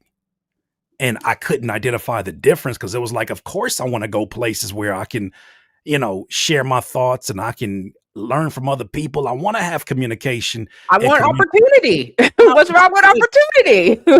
Then, Yeah. but then I started realizing how many of those opportunities was shooting my own momentum in the foot. It was like I was saying hell yes to other people when I wouldn't say hell yes to. I wouldn't even say yes to myself, but I would say hell yes for other people simply because they asked at the right time. So I just got to the point where I was like, what if I told everybody no? And if I said yes, it's because I really want to be there. Well, today's one of them days. I really wanted to be here and I wanted people to have an opportunity to see us have the conversation or even just a fraction of the Mhm. peaceful conversation we had because we need more examples of that. I think now so more than ever there are way too many examples of it playing out the way that the audience who are bloodthirsty want to see it play out. There's Mhm. not enough of these. I would be surprised if people want to cover this as much as they covered. Well, you think she talking about this? You think he talking about these? Mhm. So, Mhm. but that's normal too. I've been in Mhm. way too many rotations of this. I just look at it now where I'm like, I don't have to be concerned about my words getting turned around or my perspectives being switched around if I worry about my own shit. Now, if you twist it, at least you know the context is what I put on my channel, and I ain't cutting shit, Yep. including my Mhm. apologies. I'm just Mhm. a lot of my apologies as I am about my, Mhm. my moments. But nah, I love that this happened. This is one of them conversations where even like when I do have it, like I want to bring a panel. That panel is not going to be about anything except for a specific goal by the end of that conversation. Mhm. The first one I want to start off with is helping these artists and maybe to a certain degree myself understand the very demographic we say that we are writing for, but hear it from women themselves. Mm. Hear it from the songwriters. Hear it from the listeners. Because too many of us are having conversations about, I think the ladies are like this, and there's not a lady in sight. Oh man, I think I like it a whole lot more if That's exactly how Laura Croft got that rack in Tomb Raider. Is not a female dev on the damn team. yeah, I didn't even think about that, but yeah, that Oh, they oh, said it was a coding error. That shit was not a coding error. They said bigger, make they them said bigger, they said bigger. they said them titties was a code in there. Yeah, they did for like 20 years. And they just kept making the coding error every time they made a new game. I was like, boy, please. I thought you said Okay. 100x, not 10x. I'm sorry. Okay. So something that we ask everybody comes Mhm. on Conversations for the Culture. Let's say that you are at home minding your good Black business, and you get a knock on the door, and you open the door, and it is an extraterrestrial species, Mhm. and they only understand humans through music, and they need an introduction to humanity through 3 records. What 3 records are you going to use to introduce alien life to humanity?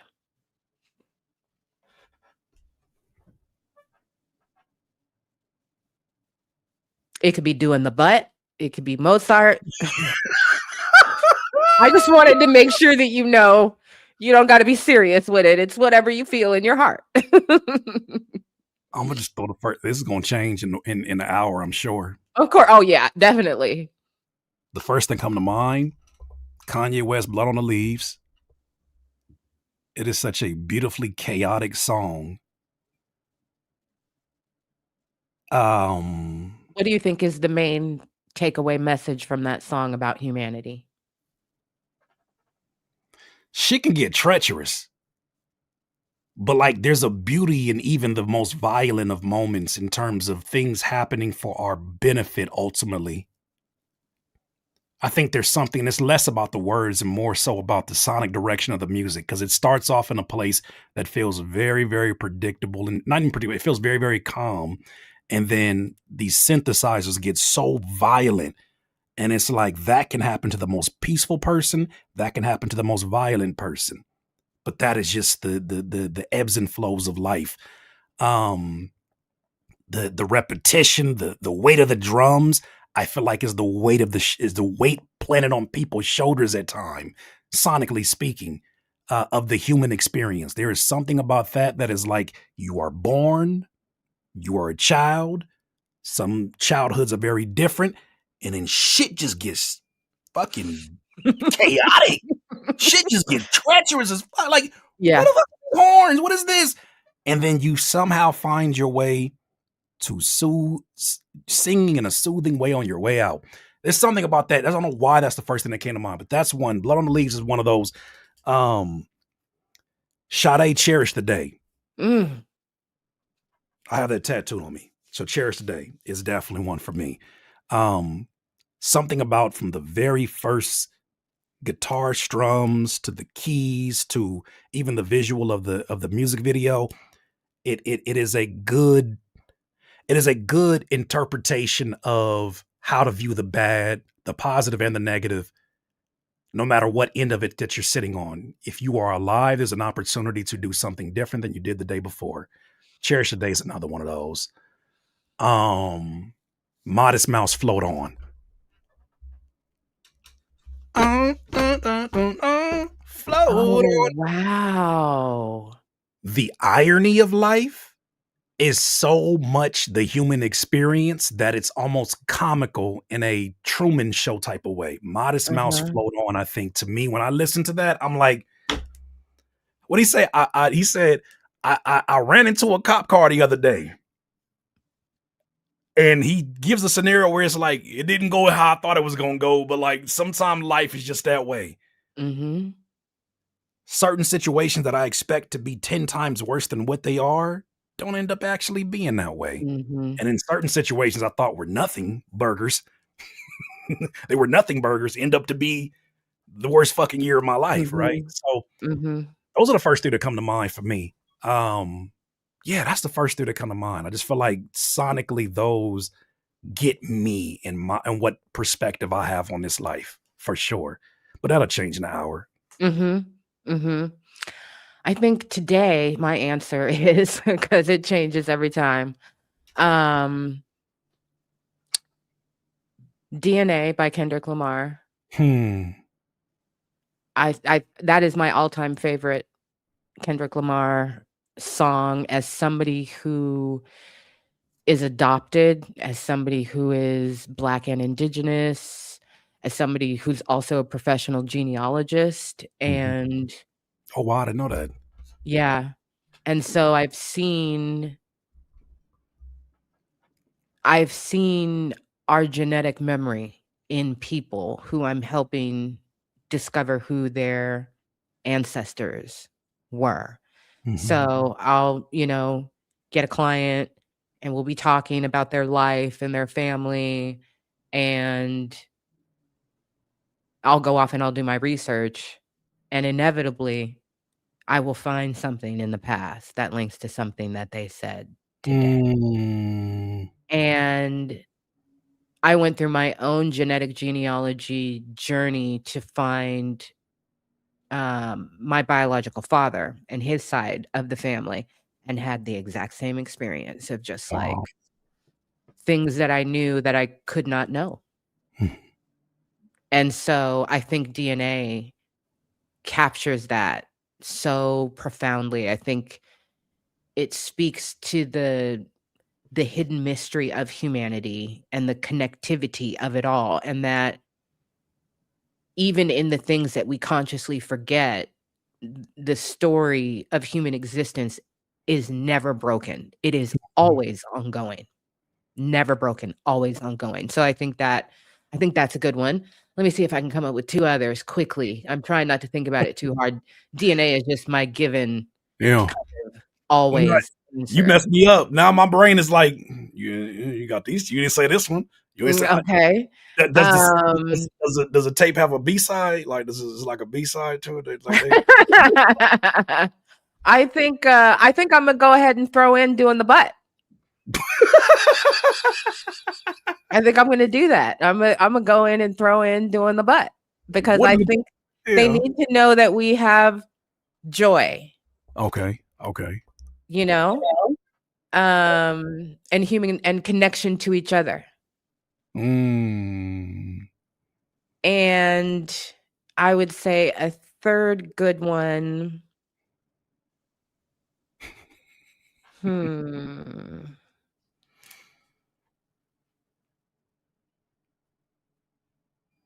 Strange fruit. Mm. Because I think all of those, I think strange fruit, well, actually, I think all of them equally speak to the necessity of each of the song's existence. Mhm. Like, doing the butt is a privilege song. It's a song about dancing. It's a song Mhm. about fun. The lyrics are silly, and it comes from people whose ancestors hung, Mhm. who carry that DNA. And so for me, it kind of tells them it those 3 songs kind of start to bring the facets Mhm. of us maybe into a bit of clarity for another who's looking at us and going, "Why shouldn't we squish you like a bug?"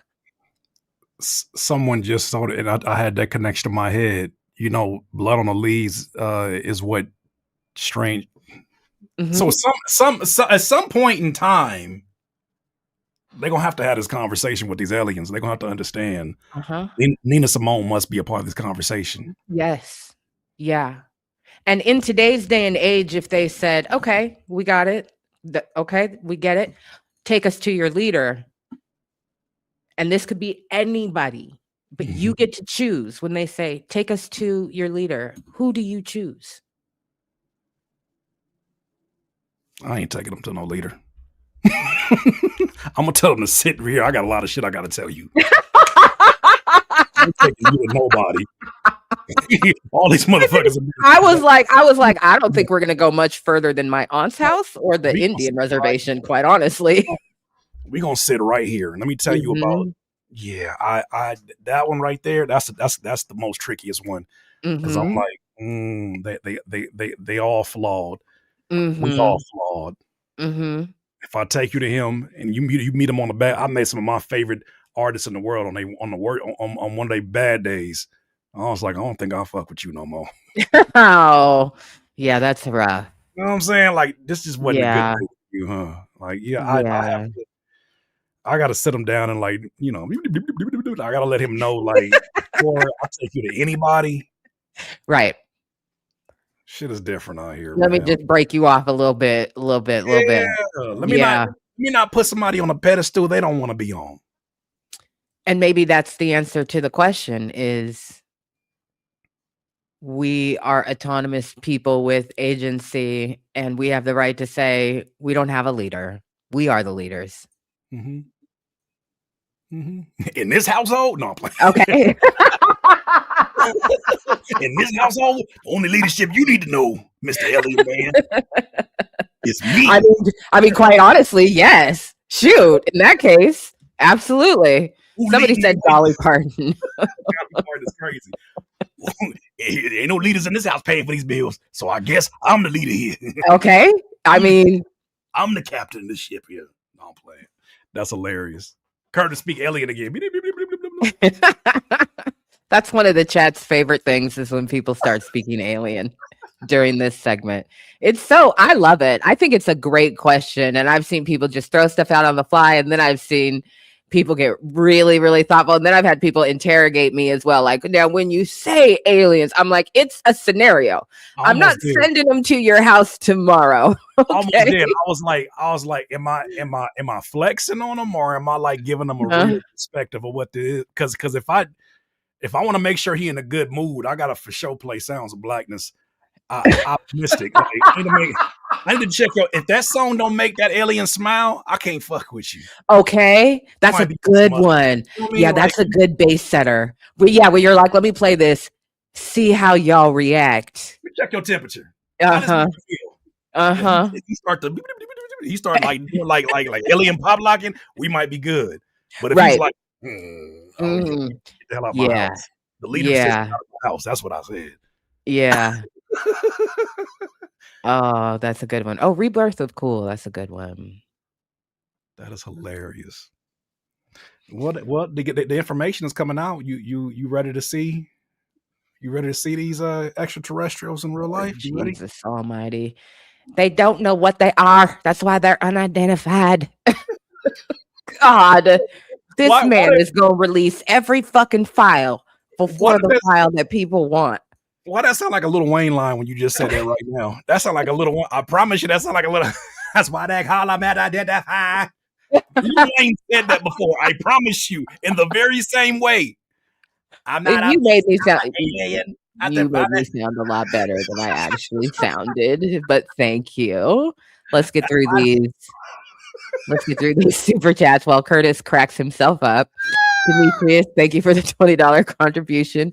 Thrilled to see you both. We're thrilled to see you, beautiful. B. Conley, thank you for the $2. I needed this energy today. Blessings to both of you. Blessings to you too. Queen Medina, member for 15 months, holding it down. I love this. We love you too, beautiful.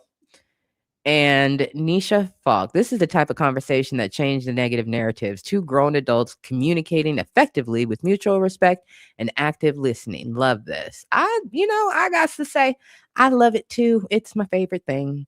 Naomi, thank you for the $10 contribution. I'm so happy that you guys are having this conversation. I really appreciate both of you guys' content. Thank you. We appreciate you for watching.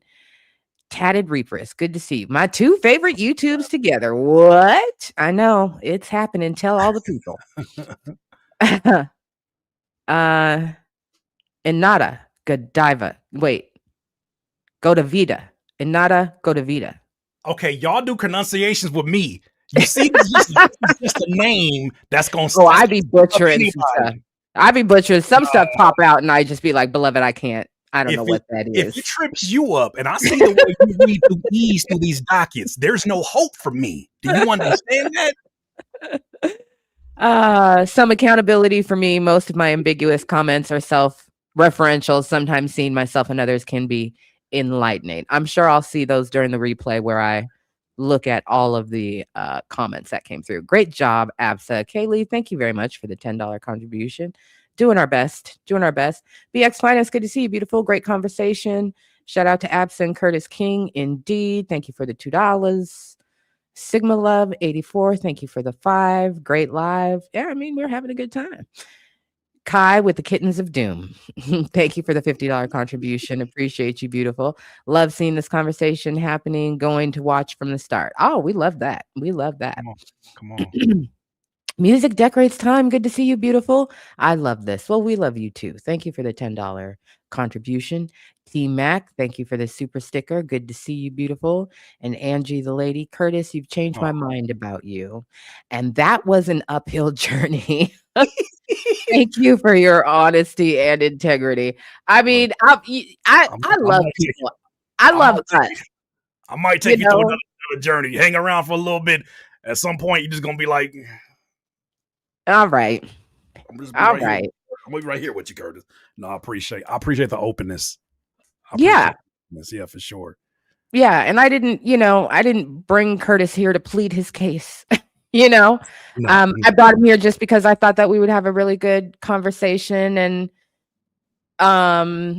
if that rift had never happened, I would have asked you to be on the show. So it occurred to me after a couple weeks, I was like, yeah, I'm going to ask him to be on the show because that's what I would normally have done anyway. Right. So thank you for the, for the trust. And, there are always going to be people who are like, well, I'm not piecing it up. Beloved, nobody asked you to. This ain't about y'all. And that's okay. Right. I think that I definitely had kind of come to terms with the situation as for what it was, because sometimes that's all you can do in life is deal with the cards that are dealt to you. But I definitely feel, and I was okay with that, but I definitely feel better about where things are now versus where they were before. So again, I appreciate you reaching out. I appreciate, quite honestly, I am really just kind of appreciative of everything that has happened up until this point. The good, the bad, the ugly, the bruises, there were some things that I needed to be set straight on. Mm-hmm. And with regards to what we were just talking about, like the intentions of other people. So I'm not referring to you here. Quietly shading other people that you and I aren't going to name. But this situation probably, the way it going down the way that it did, I think one of the things that I identified very early on was that it saved me from future exploitation from certain people on this platform. That I didn't realize that I was kind of already in line for. Mm-hmm. Because even though I'm grown and I'm smart and I'm discerning and all of that, I tend to take people at their word, unless you're just playing in my face like I'm Fubu the Fool. And then I'm gonna be like, beloved, I'm not dumb. But when people come to me, I take them at their word until they show me something else. And so when people are like, oh, we'd love to this and da da da da, I'm like, okay, cool. If not for that situation, I would not have had reason to go, wait a minute. Yeah. Let me do a little bit of cross-referencing and researching on who the parties are here that are suddenly stepping forward and ingratiating your girl with a bunch of flattery. You people shouldn't even know who I am. How do you know who I am? And again, as I said to you before, I'm like, oh, now I can see it. And they think I'm dumb. And I'm not dumb. And that was another reason why I was like, I'm just shutting down all conversation about it, period. Because I don't want to give people, like you said, fodder. Is she talking about him? Is she talking about us? I'm talking about all of you and none of you. How about that? Part. Oh my gosh. I was gonna say, I don't think many of us came into this space with the intent of arguing across the board, unless we have a debate style platform that invites that. I didn't come in here thinking of anybody when I started making these first few videos. But I understand now that that comes with the territory of elevation. Is that with elevation you'll get a different. somebody Mhm. told me. Somebody told me the pigeons can't hang where the eagles is at, but they all Reason fly. and Cupid can't sit at the same table. You know what I'm saying? So it's like I'm making peace, even with the idea of, and I know you've had this happen, especially because of the abundance of information you give, making peace with people flat out just stealing talking points, stealing Woo! content, stealing angles, and then using it on their platform. And then you say something, you sound crazy accusing them of such thing. I got to a point where it's like, is the message still, and has it changed, and is it having a domino effect? I'm at a place now where it's like, you know what, I'm at peace with people not knowing that when you trace the DNA of that, it's Mhm. going to come back to just a person like myself or yourself having these conversations and not looking for low-hanging fruit, not looking for opportunistic moments of I hope this goes viral. Like, I really just be making these videos to this day like it's just me and the other person on the other end of these videos, and I think Mhm. that makes it more appealing for people to steal from. So I'm just like, I just I'm at the place now where it's like I'm really ready to set up my store on my corner, and I'm not looking to go finding places to go sell my product to. Like, Mhm. I want to build with those who overstand it, Mhm. and I want to go to bat for them. But honestly, I'm just like, I went collaboration crazy last year, and I I am not happy with the results of such. So I closed it up, and now I'm really focused on, how can I give the audience that has given me so much an even better version of myself. Well, that requires me to protect my energy. But these moments like this, grateful for you, Absent. Grateful for you, having grace and inviting me to a platform that I'm not owed access to. So thank you. Well, thank you. I appreciate you. Looters, it is good to see y'all. I appreciate you all for being with us during this time. I think it was a great conversation. I look forward to, more in the future. I I feel like we have something to offer people Hmm. in these discussions, and I can't say much more other than I'm aware of that, and this just felt like an opportunity to just get it going, and we'll see, when we decide organically that we wanna link up again and have another conversation about whatever. But just know that, I'm down for it, I support you. I do very much appreciate you, you know, reflecting Yeah. and adjusting your perspective and taking accountability for your part. And, that's all that we can ever hope that somebody would do. And other people in the situation aren't going to do that, and Right. that's okay. They're still accountable for their peace. Hmm. Um, and it doesn't really matter to me. Yeah. This is what is real and has integrity for me at this point going forward. So thank you. Thank you for being here. Thank you for, sharing yourself, your reflections, your insights. Um, yeah, I'm stumbling over my words at this point in time, but I just wanna, I That's don't know how else to say that I really appreciate you. I do appreciate now more than ever with this latest, turn in how we interact with each other. I fold it into the larger experience of mhm, my time on this platform and the things that I care about the most, which is Black and Indigenous people. mhm, And um, I am my brother's keeper as long as he has my back too. Come on. Easy work.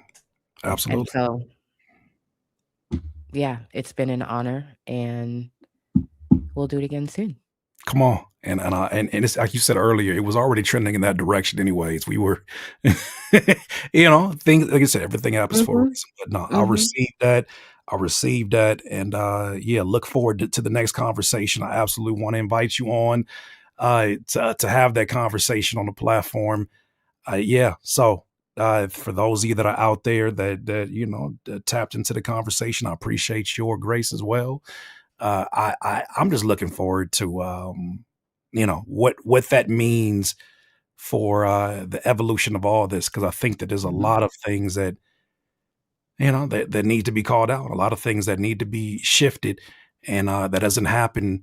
That doesn't happen when we're on our own islands and kind of like ignoring the world outside of things. That happens in moments like this as well. So there's going to be a domino effect, I'm sure. But I absolutely appreciate you, of course. I appreciate you too. All right, looters and DIYers, we will see you soon. Thank you very much for joining. If you haven't already, hit that like button on your way out. See you soon. Don't Peace. hog tie nobody.